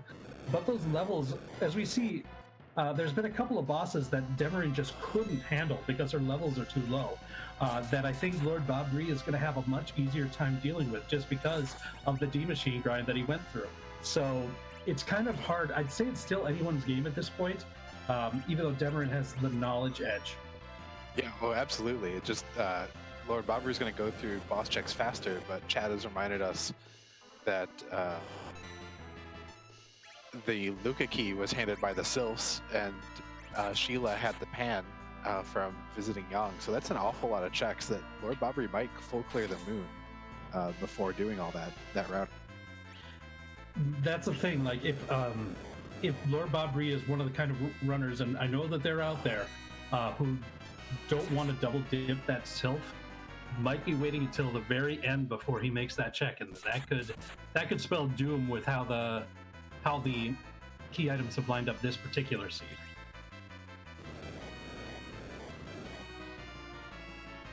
It looks like Demerine is getting some good cover strats. Go ahead. Question in chat: did Demerine finish Cave Bahamut? No, the boss there was too difficult for at her levels, and really wiped her out pretty nastily. That's a word, I'm sure. It is now for sure. Another thing that Demerine didn't check that Lordbobbree is going for, he is prioritizing these summon places on the blue planet, the summon bosses, and those are things that Demerine just didn't take a look at. The first two did not pay off for Lordbobbree. We're still on the hunt for that pigtail, though. This could be huge, and we see a lunar sparkle. And we get some lunar dragons. Overall, this shouldn't be too bad of a spot for them, especially with Palm having nuke. Should get them down pretty easily. Yeah, these guys are still just pretty scary overall, no matter what. Looks like he's going to go for Quake to try to AoE them instead of nuke to single target take him out. Hopefully he can get this Cure 4 off before his party members start to go down. And it looks like he's going to prioritize killing Talon.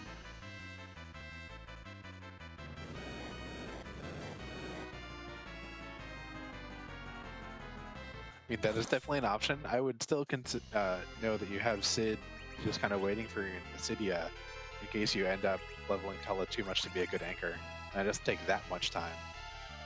Looks like Demarine's having a little bit of trouble with his Valvalis fight. I wonder if she's feeling really behind from having to take that reset in the wipe with those Baron guards and kind of redoing all that leveling, and she might be pushing. I can imagine she might be feeling behind, even if it's just like a morale hit. That's being what's happening with all these bosses just being much for her. And we see her open a chest. She might be trying to find some of the trap chests for experience at this point. Yeah, that's definitely a double-edged sword, because you might get some dragons out of there that you're definitely not going to be able to handle. Ooh, and we see the breath hit the party. The D-looters did not get the Star Veil up, and so we see a reset under the D-looters, and it looked like that fight was going well. Yeah, I thought it had been too, but those are not the frogs we're looking for. We're looking for lunar frogs, not party frog. Yeah, if you're able to get a Star Veil or a wall spell up, then you can actually reflect that breath, turn the D-Lunar into a frog, and they're pretty harmless at that point. But if it goes on your party, then your party's harmless, and that's not good.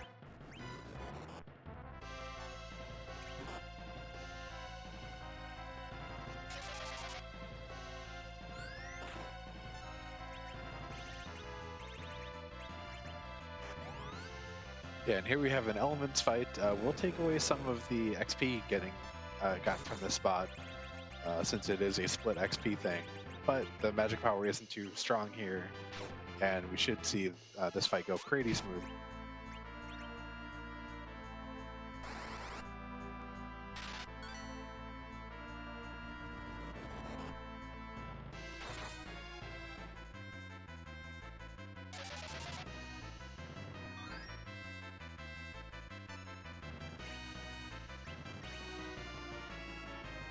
And I think we just saw an example of where Demerine might be feeling a bit anxious or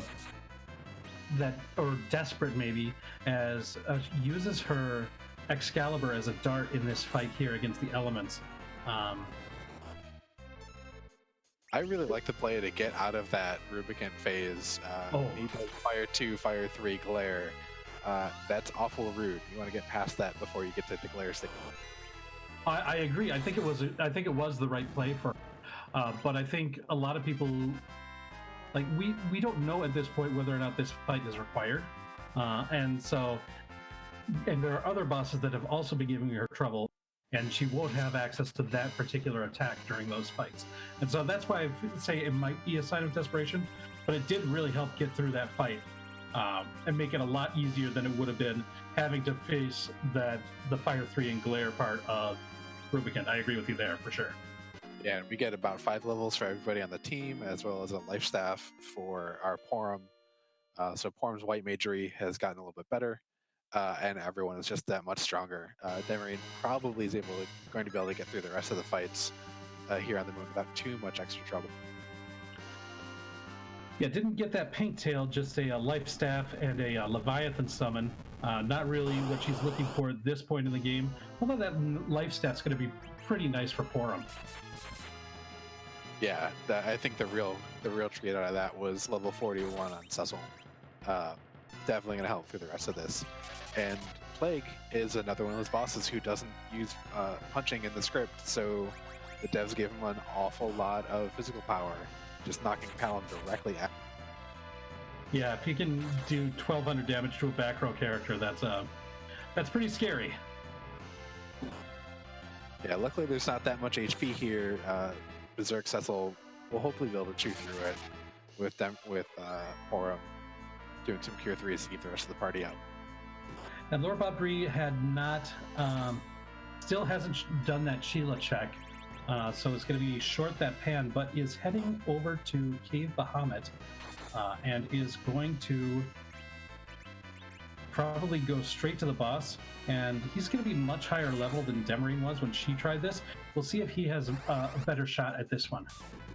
Yeah, well, Palom should have stone and also has Tella who has stone, so I think this should be fairly straightforward for Lordbobbree. Of course, we've been wrong a number of times, so who knows? The thing is, the physical attack, they could take out Palom or Tella pretty easily. And if they're the ones you're relying on in order to to deal with these, then that's going to be tough. Yep, there's Rydia down. There's Tella down. They know who's trouble. And there's our Pinktail. Demerine has all of the knowledge. All right, that is really big for Demerine. So she still needs to defeat those guards. She still needs to defeat Rubicant down at the bottom of the sealed cave. But she knows that what she needs to do in order to complete this seed. Now, my question is, are those guards going to rack up a higher body count than Wyvern did? They might. They're not easy. They're pretty fast. They're very strong. They're susceptible to status effects, yeah. So I think you want to get whoever you want to cast the status effect spell in the right spot. This might be one where you want to mess with the battle speed, make it a little bit slower if you need to. Whatever you've got in your arsenal that's going to help you out, you gotta bust it out here, because you've got to do this. Everybody knows that completing Cave Bahamut is required. Yeah, and even though that walk isn't very far from the entrance of Cave Bahamut to the throne, it's still long enough. You don't want to keep doing it over and over again, because you're just feeling time slipping away and giving your opponent an advantage. And it's not the short walk that the Wyvern was that we saw Lordbobbree make a number of times earlier, because that was a boss that he bumped his head against a number of times as well. So yeah, here comes Size, and it hits. That'll be very nice. Looks like they're also muted because those piggies didn't do anything. And now they have stones thrown at them and are gone. Yeah, that went so much smoother for Lordbobbree than we saw when Demerine was trying it. But she's at it again. She's got some more levels now after completing those bosses in the lunar subterranean. We see the rat tail. I mean, it's not huge, but you're probably might as well trade it in when you're trading in that pink tail, right? Yeah, absolutely. And Lordbobbree could be thinking that if they find the hook, that it could be behind there, but I imagine we'll see a full moon clear. And there is the stone hits for Demerine, and she is just one boss away from go mode.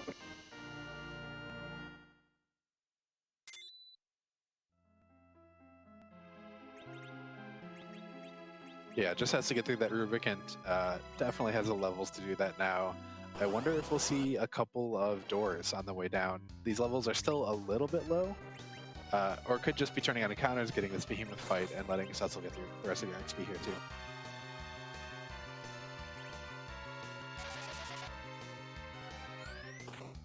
Yeah, behemoths are a pretty good source of experience. And Cecil is the only one that she really cares about, because once you got Cecil with the crystal sword, that's really what you need in order to defeat Zeramus.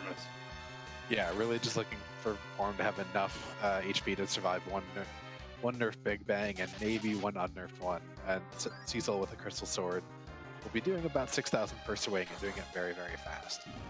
And anybody else who survives this fight, it'll be nice to get them experience too, and it looks like everybody's going to do it, so that's great. That's over 100,000 experience for one behemoth, so that's really nice. Yeah, that's now kind of mid-upper 40s for people. I think it puts us on like 48. We'll get another behemoth fight. Oh, that's a nice double dragon that we're going to run from. Yeah, I don't think she's got the setup for that, since we didn't find hourglasses in shops, and that could be a dangerous fight. The behemoth is what she's really set up for, so I totally understand trying to avoid that. Yeah, and one of the interesting things with behemoths, they're very, very slow. But because they're very slow, if you're going with traditional extremely slow anchor on your own side strats, the behemoth actually is a lot scarier at this point. So having a fairly high agility Cecil means that the behemoth is pretty much only going to get counters off and not going to have any of its own punches. And that's also why you're not seeing Edge or Keen get involved in this fight at all. With Cecil being able to do so much more damage than them, you're just going to see fewer counterattacks if you just rely on Cecil to do the damage.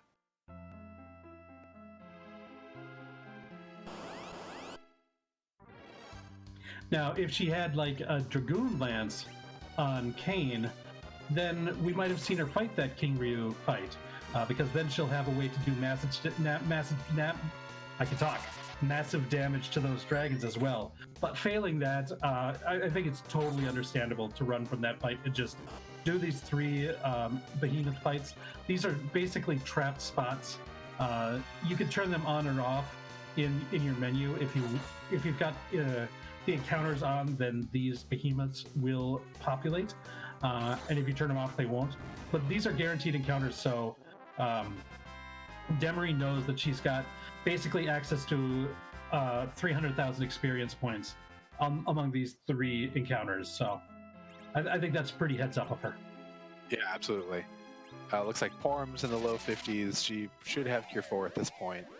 Has 1600 HP. Might be enough.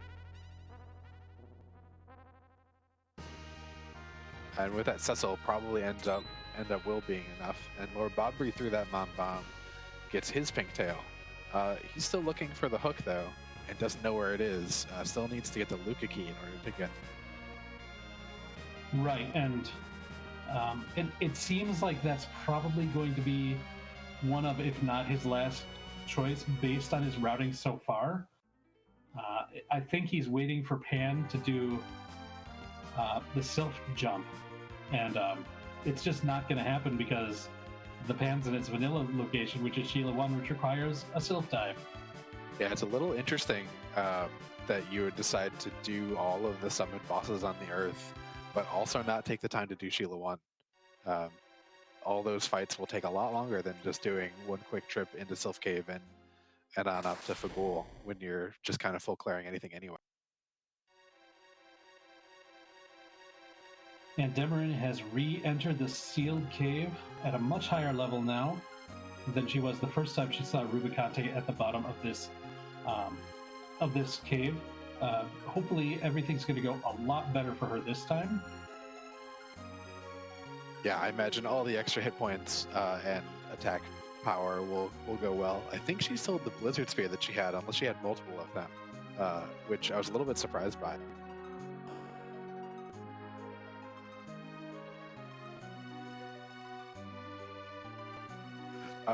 Luca Key was given to Demerine by the Sylphs after getting the Pan from Sheila 1.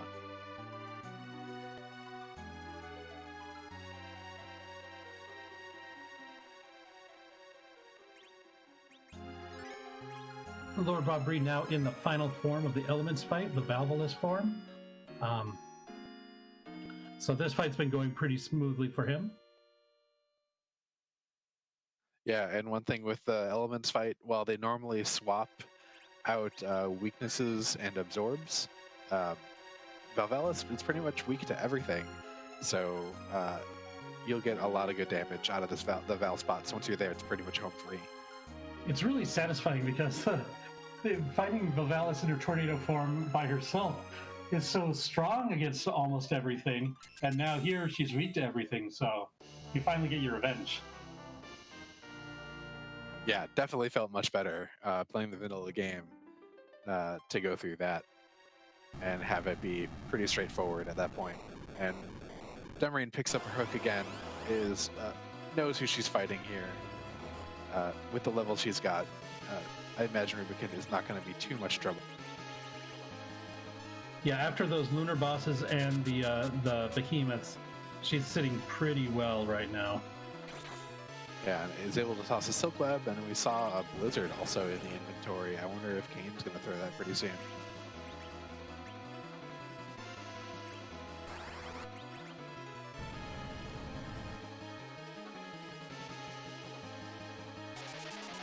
And we're going to see a boss that we haven't seen yet. Lordbobbree is heading down to the Ogopogo spot, and we're going to see what the boss is down there.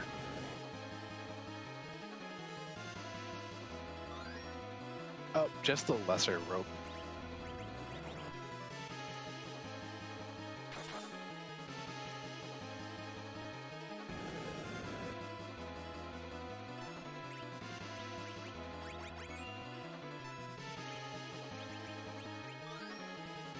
Now this may be another fight where Demerine just decides to do all the DPS with Cecil to avoid as many of Rubicon's counters as possible. Yeah, it looks like the 4,000 to 5,000 that Crystal Sword's doing is just too much to pass up, and well, is willing to eat counters from that, but is able to heal up the rest of it. just goes to show you just how powerful Cecil is with the Crystal Sword. Just kind of dwarfs everybody else, especially when you've got access to a method to berserk him. Like, Palom can dish out really like 8-9k for each nuke, but realistically, the 4,000 that Cecil's doing with a berserk on the Crystal Sword over the course of a battle is going to be so much more, because of how many turns that he's going to be able to get. Yeah, with Berserk jumping the ATB queue and making it much easier for you to go, and just less animation too. It really speeds up fights so much, and it's such a great time save.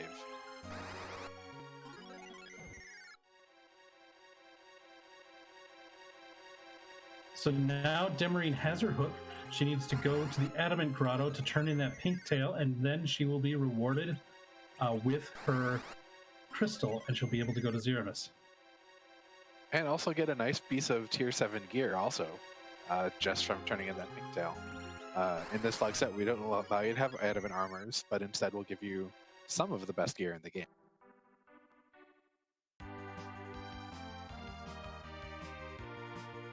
I think if she can get like a legendary ninja for Edge, or maybe an Avenger, I think those are probably going to be the things that she'd want the most. But even if it's just a piece of garbage, she's ready to go, I think. Yeah, I mean, even if you get a ribbon or a ninja shirt or something like that, although I don't think a ninja shirt's in that tier anymore, because everyone knows, we all learned that it's not actually that useful for anyone, because Edge's black belt is actually better because of just how offense trumps almost everything else in this game. Ninja shirt's still top tier in my heart. It's the more fashionable one. And there is the crystal officially in go mode, Demerine. As I've mentioned before, she just did a really, really good job of getting through all the key item checks and knowing what was in the seed. If there was a boss that she couldn't handle, she didn't beat her head against it too much, and just resigned herself to do what she can do and then come back to it when she needs to.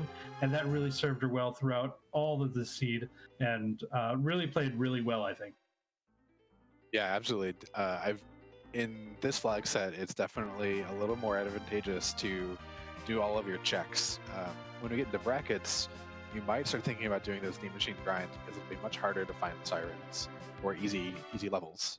But here, especially with how quick and easy some of the checks were for her by doing that very early self dive and kind of routing it so that she knew she only had two times she'd have to go into self cave and only 2 times to go into Fabul. It really helped her out in this particular seed. Brashful, you go. It's all you. Brashful in chat asking, what's the benefit of the curse ring? The benefit is that it reduces your stats, all of them, by 15.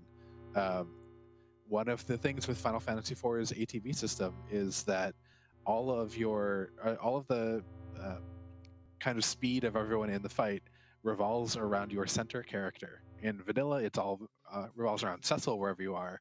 But in this flag set, we turn that off and just make it around your center character. And Rex, I think you have a very important question to ask tonight. I do. We need to ask whose butt are we going to kick tonight, because it is butt time. Most of chat has gotten their Z flags out. If anyone has not yet, please do so. And also put in your favorite Zroma sprite. I know I just want to see more of the 4.0 ones that Scala Kitty has added to the pool.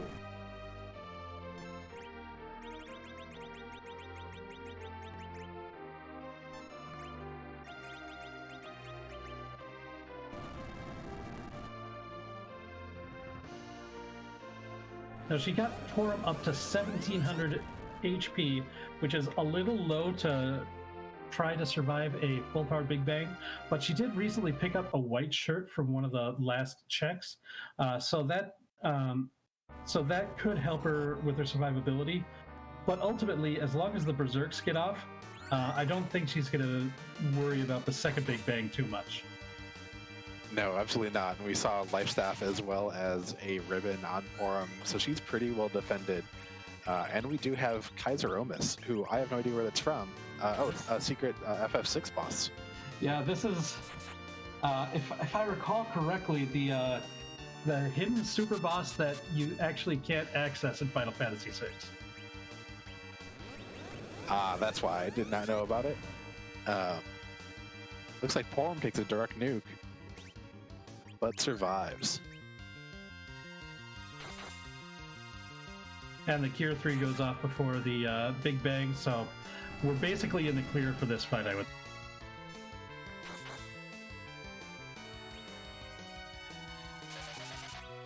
I know a lot of people at the 69 who say the Final Fantasy VI Advance, especially the translation, they like better. I'm a big fan of the Ted Woolsey script. I mean, I grew up with it, so OG Final Fantasy VI for me. Yeah, it's hard to not have those feels with it. But this is some gorgeous sprite work, and I did get my wish for some new 4.0 sprite, so I'm happy. Yeah, this one is really good. I really like this sprite too. There goes that first Big Bang. The silk web that was thrown at the beginning that produced that counter nuke that hit Porum causes Zeramus's magic power to go down, and so that first Big Bang is at very low power. It's very easy to get that first nerf off.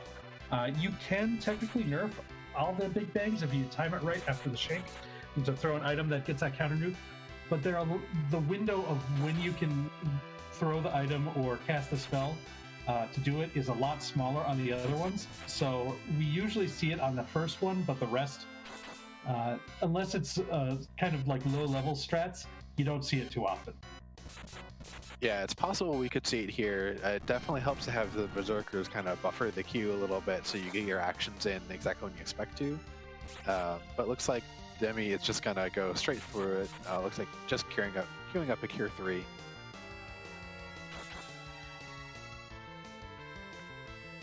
Lordbobbree did defeat Valvolus in that Wyvern spot.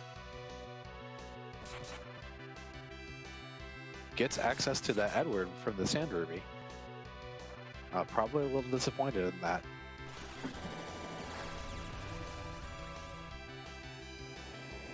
Yeah, he's starting to run out of checks, Lordbobbree. I think he still has the Pale Dim spot. There we see the full-powered Big Bang. We've got to get Porum healed before the HP drain goes if we're going to get that heal off. No need. That is a crack. That is a boom. That's some flashing. That is one dead Kaiser Romus.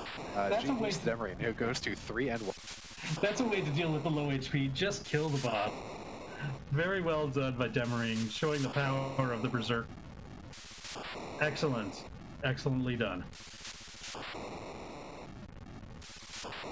Yeah, and we will see if she is available to come in for an interview and get her thoughts on this.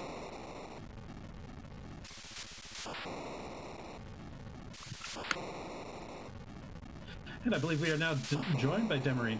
GG, well done, and congratulations on your win.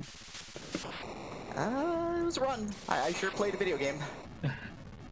You did. It gave you an awful lot of trouble for some of that stuff. That was some really aggressive play going for a couple of those bosses at kind of low levels. Were you feeling pretty far behind? I had no idea, honestly. I feel like I routed very well, so I feel like I didn't feel ahead or close to ahead until I saw the hook and died to Rubicant. I did not feel good about my run and that I was at least going to be kind of close until I went down there and went, oh, that's the hook. Now I can go to the moon safely because I'm not chasing 2 items. I'm only chasing 1. I probably should have demachine ground. I probably should have just played it conservatively, just gone up, done with 10 items, done half a dozen dragons, and been done with it. And then that would have just put me at like a solid level 48 to 51, and I could have just finished the seed clean. But again, I played way fast and loose. Not really smart. Yeah, your routing was excellent. And it really paid off to go dive that Magma Key early and then go visit the Sylphs and get that pan, which is something Lordbobbree has yet to even do, step into Sylph Cave.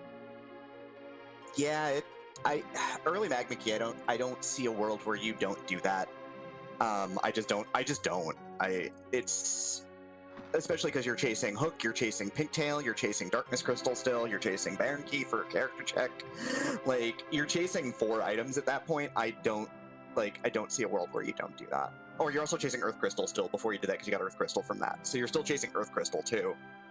So you're chasing 5 items. You take a freebie.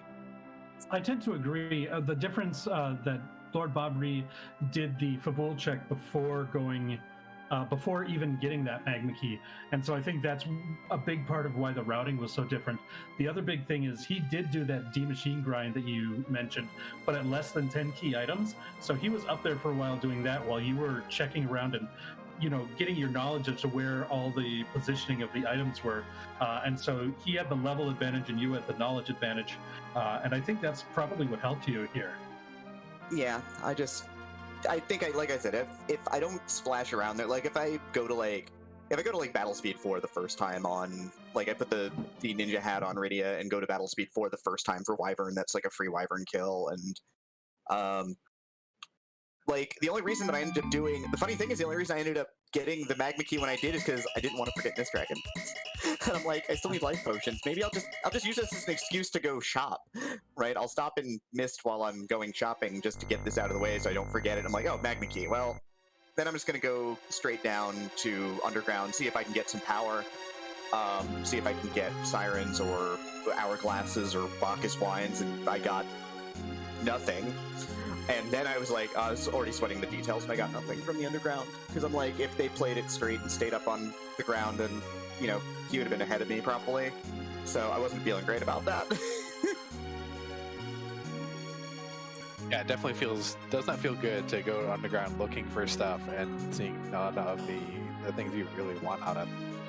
Yeah, I wonder how stacked that Edlin shop is in this seed, because we didn't see that from either of you. I should have checked it, but I didn't. Because it could have had nothing, though. Like, that's the thing, though, is there's no assurance of anything, right? Like, I didn't want to drag the hook all the way over there and double check it. I probably should have. Yeah, it could have helped you in your grinding, but, didn't need it. And I definitely don't disagree with just not bothering with that shit.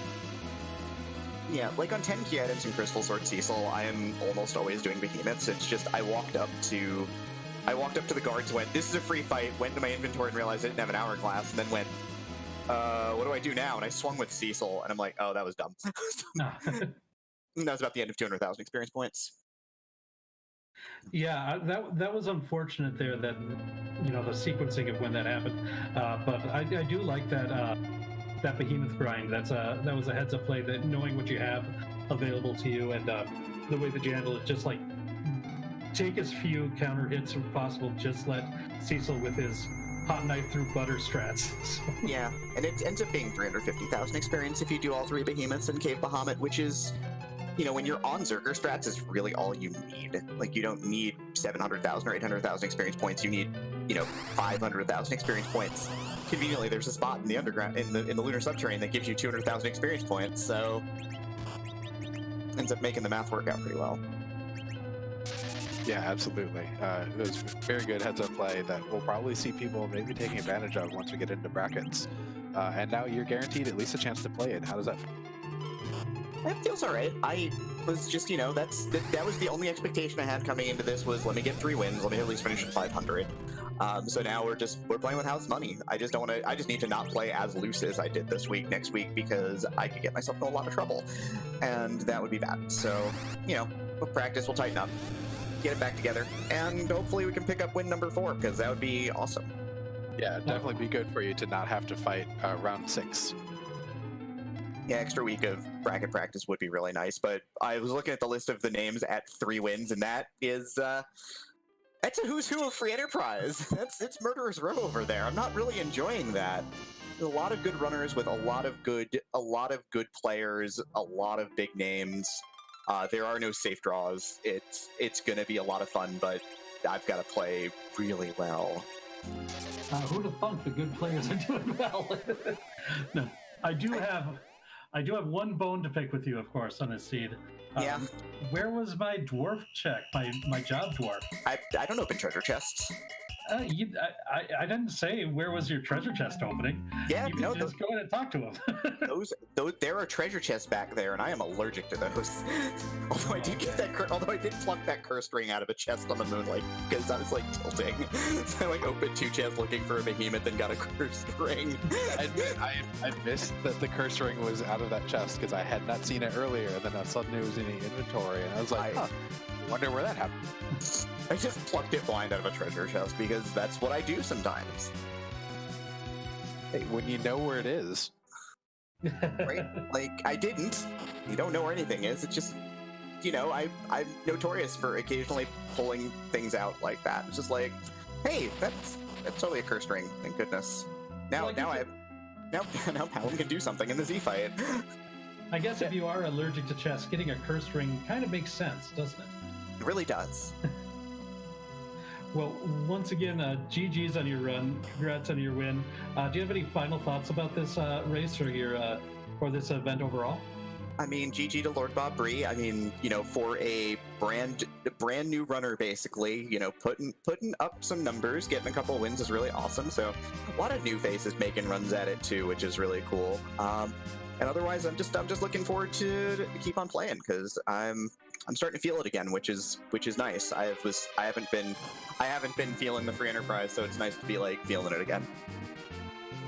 Yeah, well, you need the palate cleanse every once in a while. You've done your Final Fantasy 1 rando and Z1 rando, and now Chrysalis 2, and time to come home a little bit.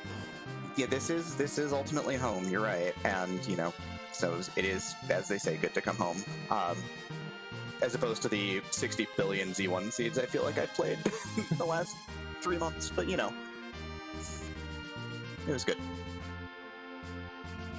All right. Well, thank you for joining us, and thanks for letting us watch your race tonight. Thank you so much for the restream and everybody, and thank you as always to the crew. You're all great. Take care.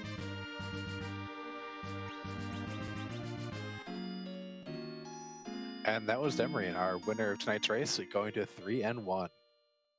Looks like Lordbobbree has gotten onto the right path, has visited the Sylphs at least a little bit, is visiting the tower now.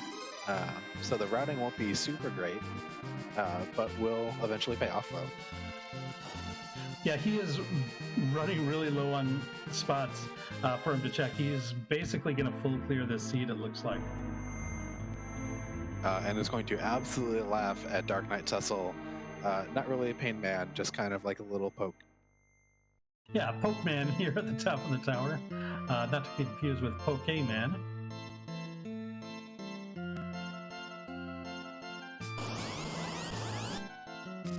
Although with the eggs in here and how they hatch into dragons, not too far off.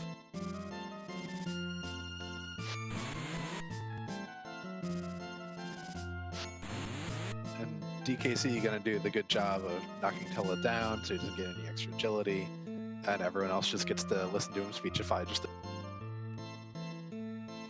And while we have a little bit of a lull here, I want to give a huge shout out to RPG Limit Break for letting us run some seeds on their channel throughout this event. It's very appreciated, and they're wonderful partners of ours. And of course, big thanks to our restreamer and tracker, Mecca and Dathis, who are doing all the hard work behind the scenes, letting us put on the show for you. And not to mention the admins that have been really working to make sure that this event runs the way that it's supposed to do. And big shout outs to, especially I want to call out Poydrak, who's been doing a lot of coordination on making sure that there are people to bring these races to you. So there's a lot of other people who are working on it, but thanks to all of them, I must say. Yeah, absolutely. They are doing an awful lot of work that no one else gets to see unless you're in certain channels in the Discord. And it's wonderful to have them kind of help out and pitch in and do all that great organizing, which is often a very thankless task, and they're doing a great job.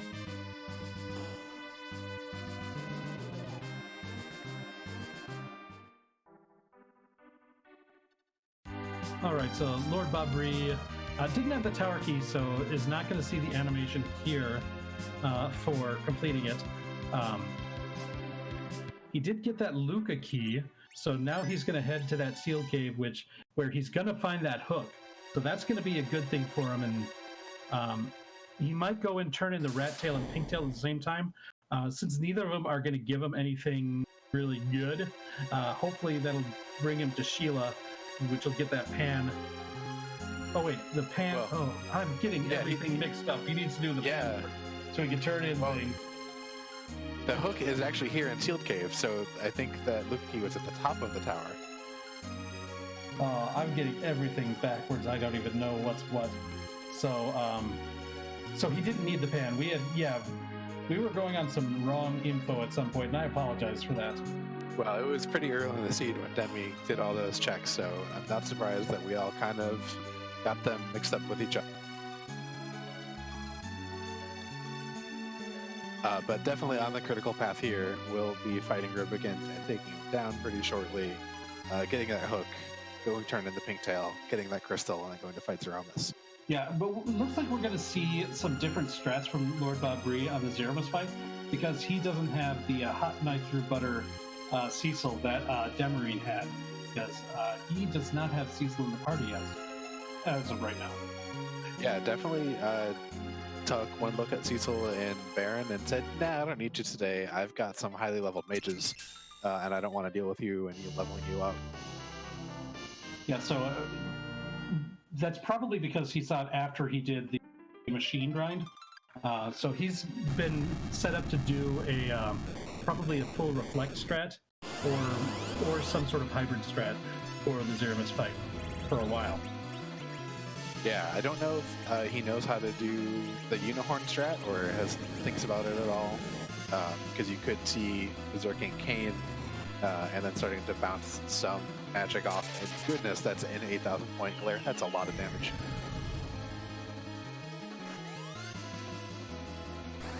Zerdabix, Sheila gave Tower Key, which then gave you the pass from the Tower Key.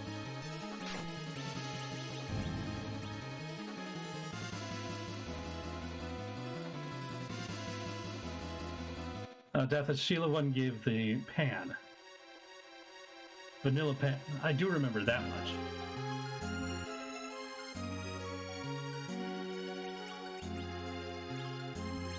And Death, all hair colors are valid.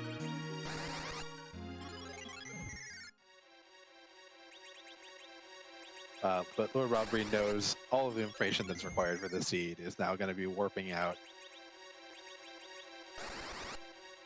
My favorite hair color is clear.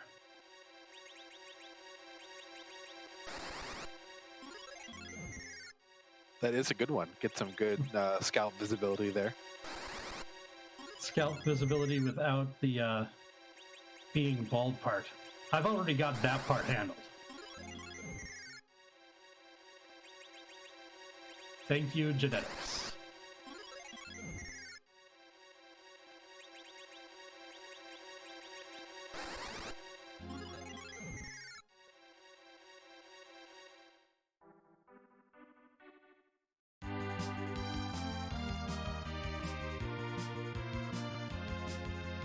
I will be interested to kind of get Lordbobbree's thoughts about not doing the giant bosses when trying to look for a character.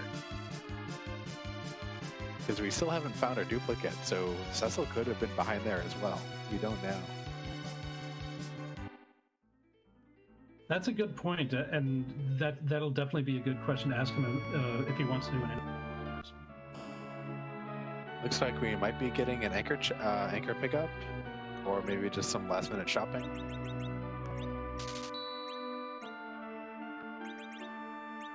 Doing a good job of staring down that old lady in Kaipo and making her move. Although you don't have to, you can actually, as long as you move with purpose and directly, she won't ever block your path. But you have to do it pretty much just right. Yeah, but the you shall not pass strategy of just standing there is also a way to make sure they don't get blocked by Kaipos. I mean, it feels good and it's a bit of revenge.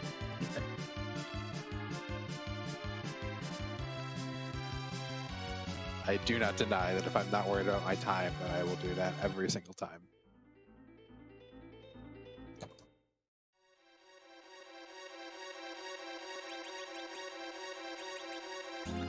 and into the Adamic Grotto to get that last objective completed.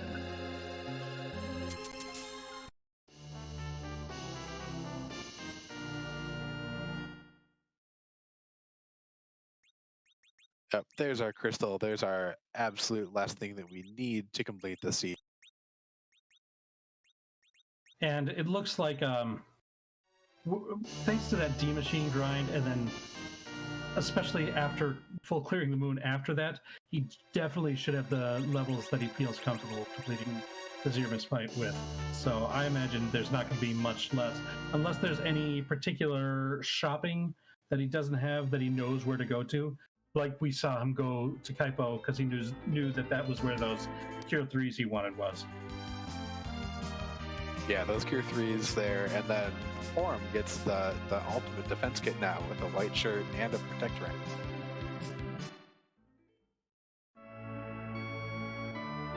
She also has about like 400 HP more than Demarine's Forum had. Like, she is well and good protected. Yeah, she's going to be just fine.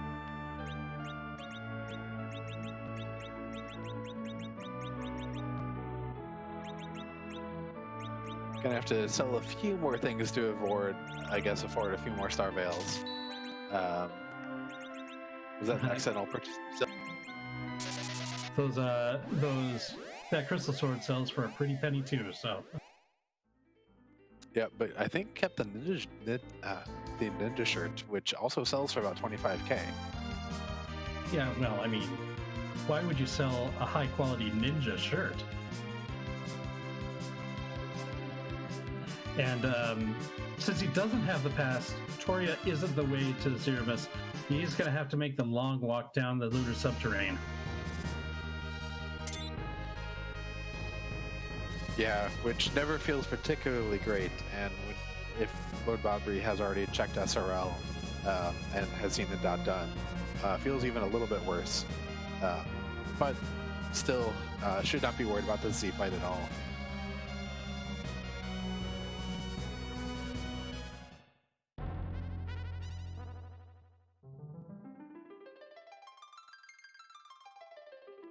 I have to give Lordbobbree a lot of credit for that early Wyvern kill too, sticking with it, eventually kind of figuring out the right party configuration and learning possibly on the fly how to get the most out of those counter Mega Nukes from Rydia summons. That was some really excellent work. Yeah, and also adapting, making the right corrections, because if you recall, the first time he tried that D machine grind, he had some troubles, and so had to set it up a second time, but moved Tella to the middle position, had a much better time the second go around, and got quite a bit of levels during that one fight. Yeah, so that kind of adaptability, even if you're not as familiar with what you need to do, making the corrections and applying them is really big, and you learn a lot from that. And in general, I think I think it goes for a lot of things, not just in free enterprise, but you often learn a lot more from your losses than you do for your wins. And I think anybody who's going to be facing Lordbobbree in the next round, I think that's not going to be an easy fight for anybody. Yeah, definitely will be facing a leveled up Lordbobbree in the final round of the Swiss state. And as Demerine had noted in our interview, when I was kind of looking for history for Lordbobbree, it looks like he has only been kind of playing in the community, at least, here in the Fabul Gauntlet, as well as last year's Hopen. So there's not a lot of history. And so done an awful lot of learning and catching up to some pretty significant changes pretty quickly.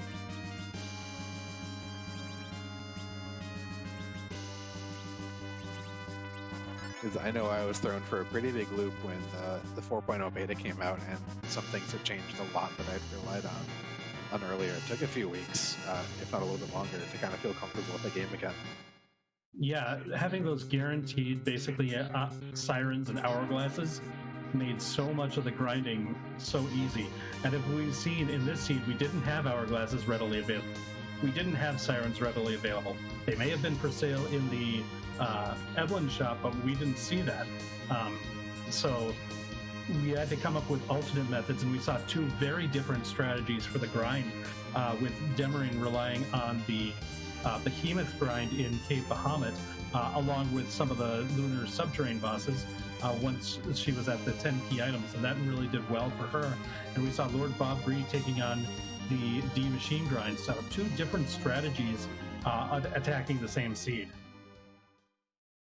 Yeah, definitely nice to see the variety that you can get in Free Enterprise and that the game affords you.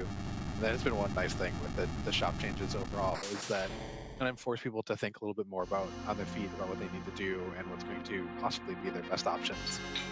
Yeah, had this seed had sirens available on the moon, then we might have just seen both runners go for an egg grind or something like that. And this just makes the race is a bit more dynamic with this current version of Free Enterprise and the specific flag set that we have here. And now we've got Lordbobbree into the Zeramus fight, so let's wish him luck here.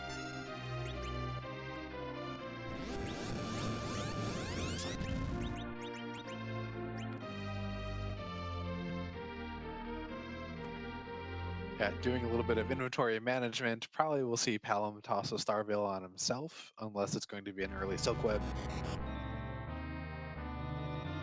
There is one thing that's tricky about that Silkweb. There's a small amount of time after the sprite changes, but before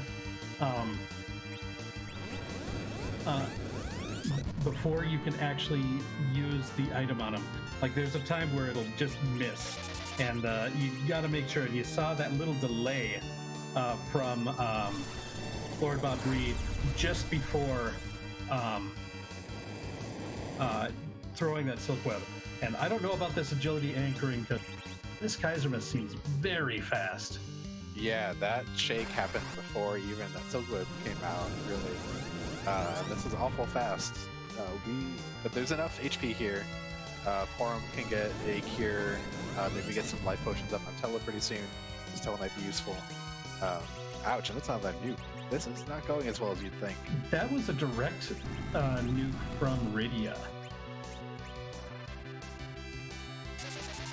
Yeah, that's a bold play quite so early with a couple people already down. I don't know if he was trying to time it so that it would be another nerf, but I think it was too early for that. We're going to see what happens right here, though. Here comes the big bang. I mean, King will be good. We'll see about Palom. Palom just barely survives. There's the black hole. Wow, yeah, this is a lightning fast fight here. Yeah, Tella might be at probably 12 or so agility, which I wouldn't think would be quite that bad.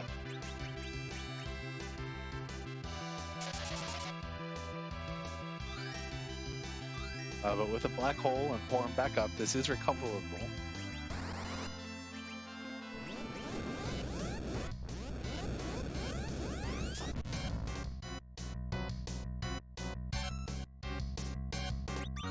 Okay, both of the twins are up now.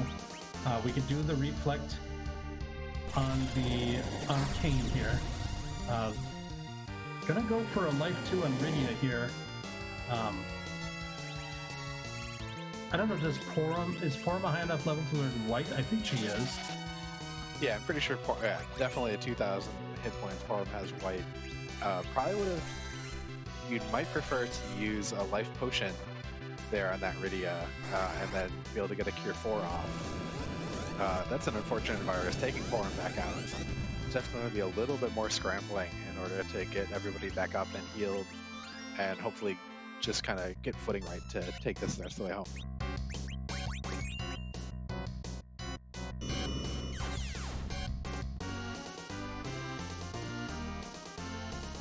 There's the black hole once again, gonna buy him a little bit of time. Another Starveil off for Kane. We could get to Cure 4 from Porum then we might be in good shape for the rest of this fight.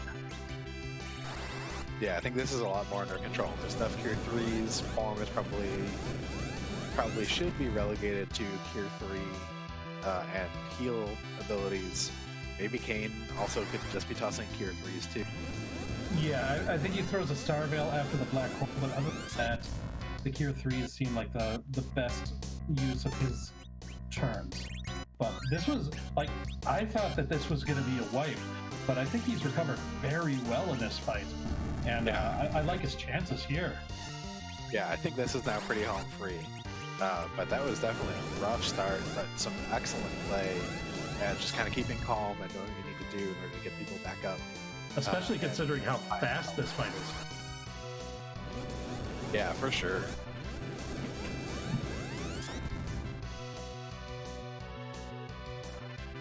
One thing that I know Simbu advocates for, especially for newer runners, is when you're in planning to do reflex strats, you kind of want to change your battle speed so that it's like a battle speed 3. Because when you're on battle speed 1, you don't really have a lot of time to enter command. So if you're not like staring at the character portrait and know who's coming up, you can lose a lot of time and give Zeromus extra turns by just being a little bit slow getting commands in. And that's some high rolls. Luckily, Kane survives.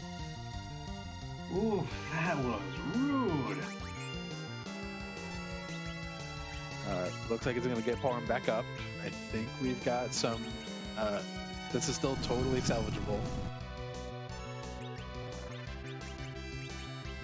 Kane's going to have to toss that Cure 3 real soon, though.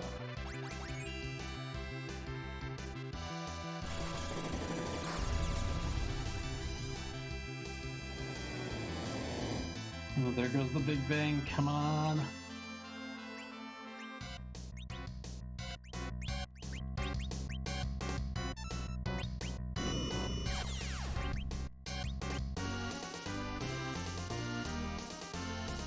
Another black hole. Yeah, I know we saw Asura summons. I wonder if Lordbobbree bought any. Because picking Riddy up and maybe doing an Asura, if you have it, would also be a pretty good move.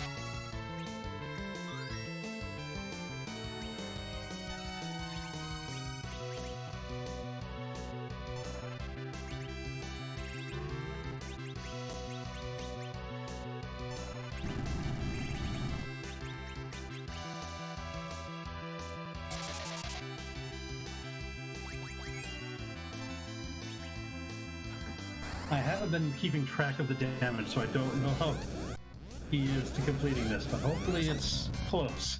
I think probably about 2 nukes. I know the Palom nukes are very powerful. Yep, there it is. Nice. Ooh, that was a bit touch and go, but man, he played very well during that fight in order to keep that going and not having to reset that. GG's there to Lordbobbree. Yeah, absolutely excellent fight, especially for all the trouble and how fast that Zeromus was. That was well done. Definitely a good job of kind of keeping a steady hand and not panic resetting, which I probably actually would have done when I was down to 1 or 2 very kind of weak characters. We have Lordbobbree joining us fairly shortly. Yeah, I don't know if I would have panic reset, but I might have panicked. Made a mistake and died. And now we are joined by Lordbobbree. GG's on your run. One moment. Oh, Sorry.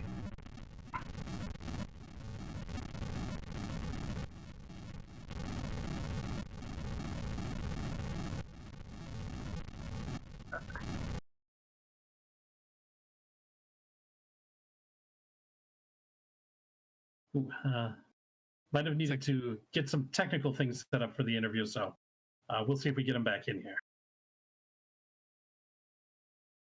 Yeah, Discord's a thing and sometimes does not cooperate well. I know I had to disconnect and reconnect at least once during this race already. So hopefully Lordbobbree gets his situation sorted out and we're able to pull him back in for the interview.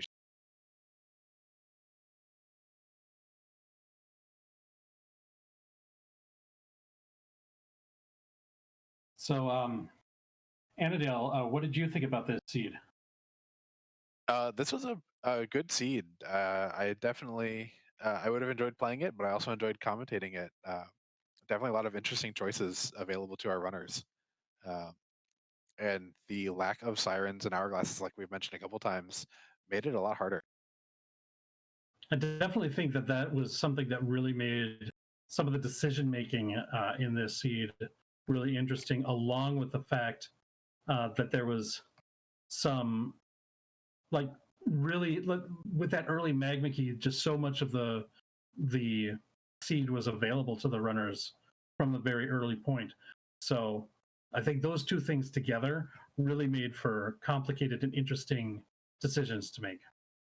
Yeah, absolutely. And I think it was a good preview for the bracket stages. Some of the other changes that we haven't really talked about are the shop and treasure chest changes to where we'll be on the T Pro and S Pro flags, which means that you'll see things like cabins and curse rings only available underground. Those sirens and Bacchus ones and Hourglass 2s will only be available in Kokol's shop. And then the weighting of items will be a lot different. That Troya Treasury will be a lot more valuable. You'll be able to get some tier 7 gear out of there to where in the T standard flag, you're only limited to tier 5 stuff. Yeah, that Troya Treasury is absolutely bonkers good in T Pro. So people will be a lot happier to find the Earth Crystal in almost every seed, I think. Yeah, and even Demerine might get over her allergic reaction to treasure chests and go in and open some boxes there.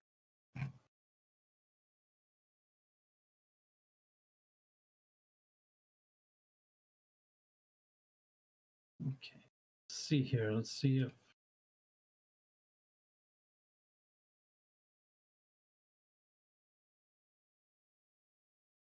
And I think we are joined Sorry again by about that. Lordbobbree.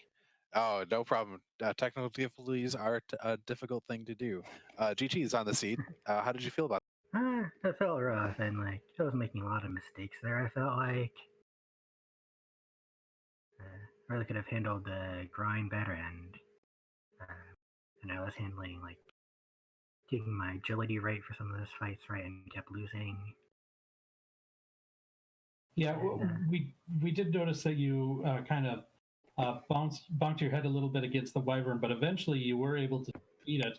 And again, during that grind fight, it took you a couple tries, but a little bit of readjustment worked out well for you there. yeah, I mean, once I figured out what was going on, it wasn't an issue, but I guess I needed a bit more experience in these things. Yeah, it's definitely something that you picked up a lot of very good experience on the seed. You did a great job of kind of seeing what was going on and thinking about it and reacting to it. And that Z fight was an excellent example of kind of being patient with stuff and doing a good job of getting your team back on their feet and not panic. Well, if it didn't look like I was panicking, that's good because there were a couple of times I was there. Well, one thing that I thought was interesting, and Annadale also mentioned, wanted to ask you about, since there was still Cecil available, like as a not available, but was one of the objectives, and you just completed your D machine grind. Yet you decided to leave the giant instead of check to see whether or not the character at the giant was Cecil. Was that something that was like an active choice? I mean, as it turns out, that's not where you needed to go to find Cecil, anyways. But that was something that we thought was an interesting choice. Right. I ended up deciding that I didn't want to try to get through elements at that point, so I wanted to try the two character checks that were already open at the time instead, and hope that I did not need giant.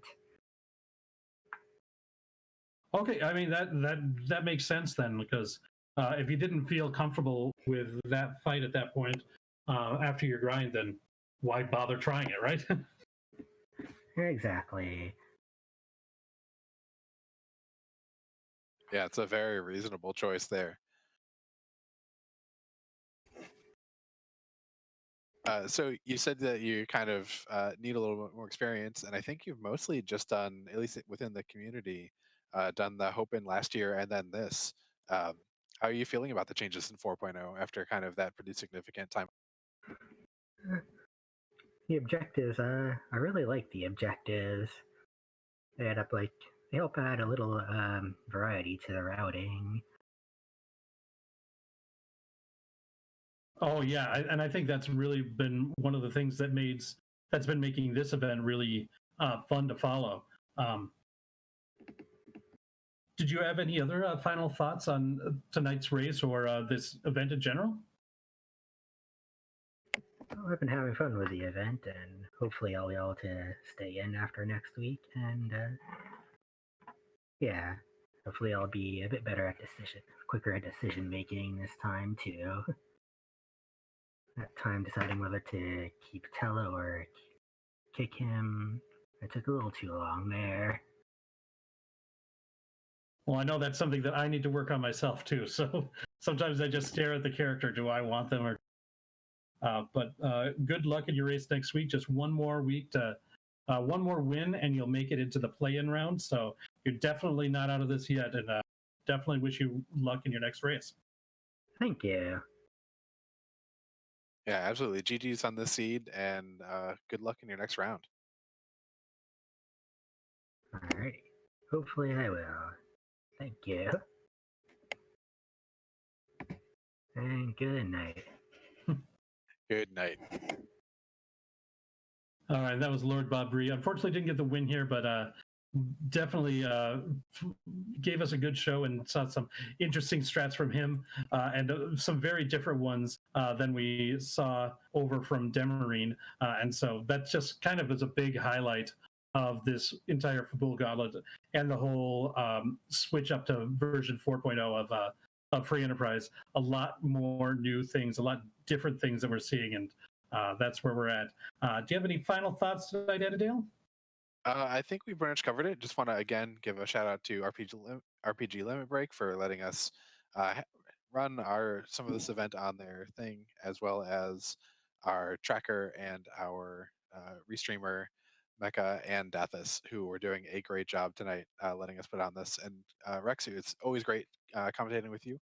And I think we are soon to raid someone else. I'm not sure who we're going to be sending everyone to. Yeah, I think we're getting a race in between Flurry and Korek. I'm not sure which of them we're going to go to, but I think that's who we're going to see next. So we're going to go there in just a moment. Annadale, it's been wonderful doing this race with you as well. It's just been fun, and I hope everybody has a great evening.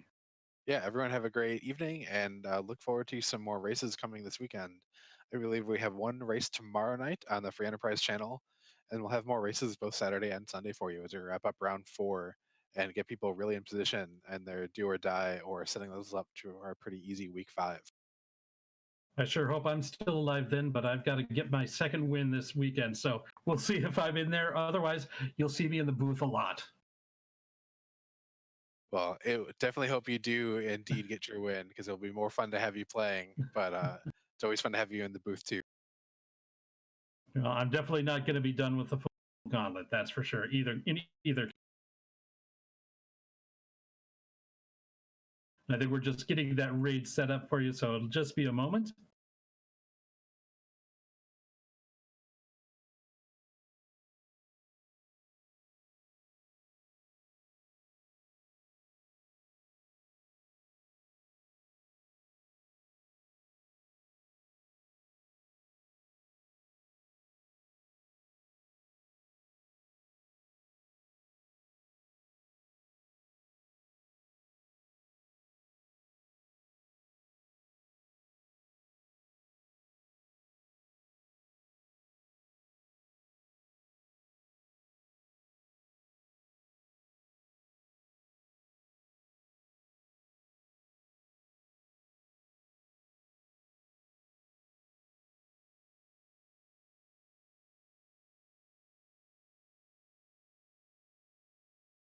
And it looks like we are sending you over to LQ Flurry 14, who still has to have his round 4 matchup with Rivers McCown, and I believe that is on Sunday.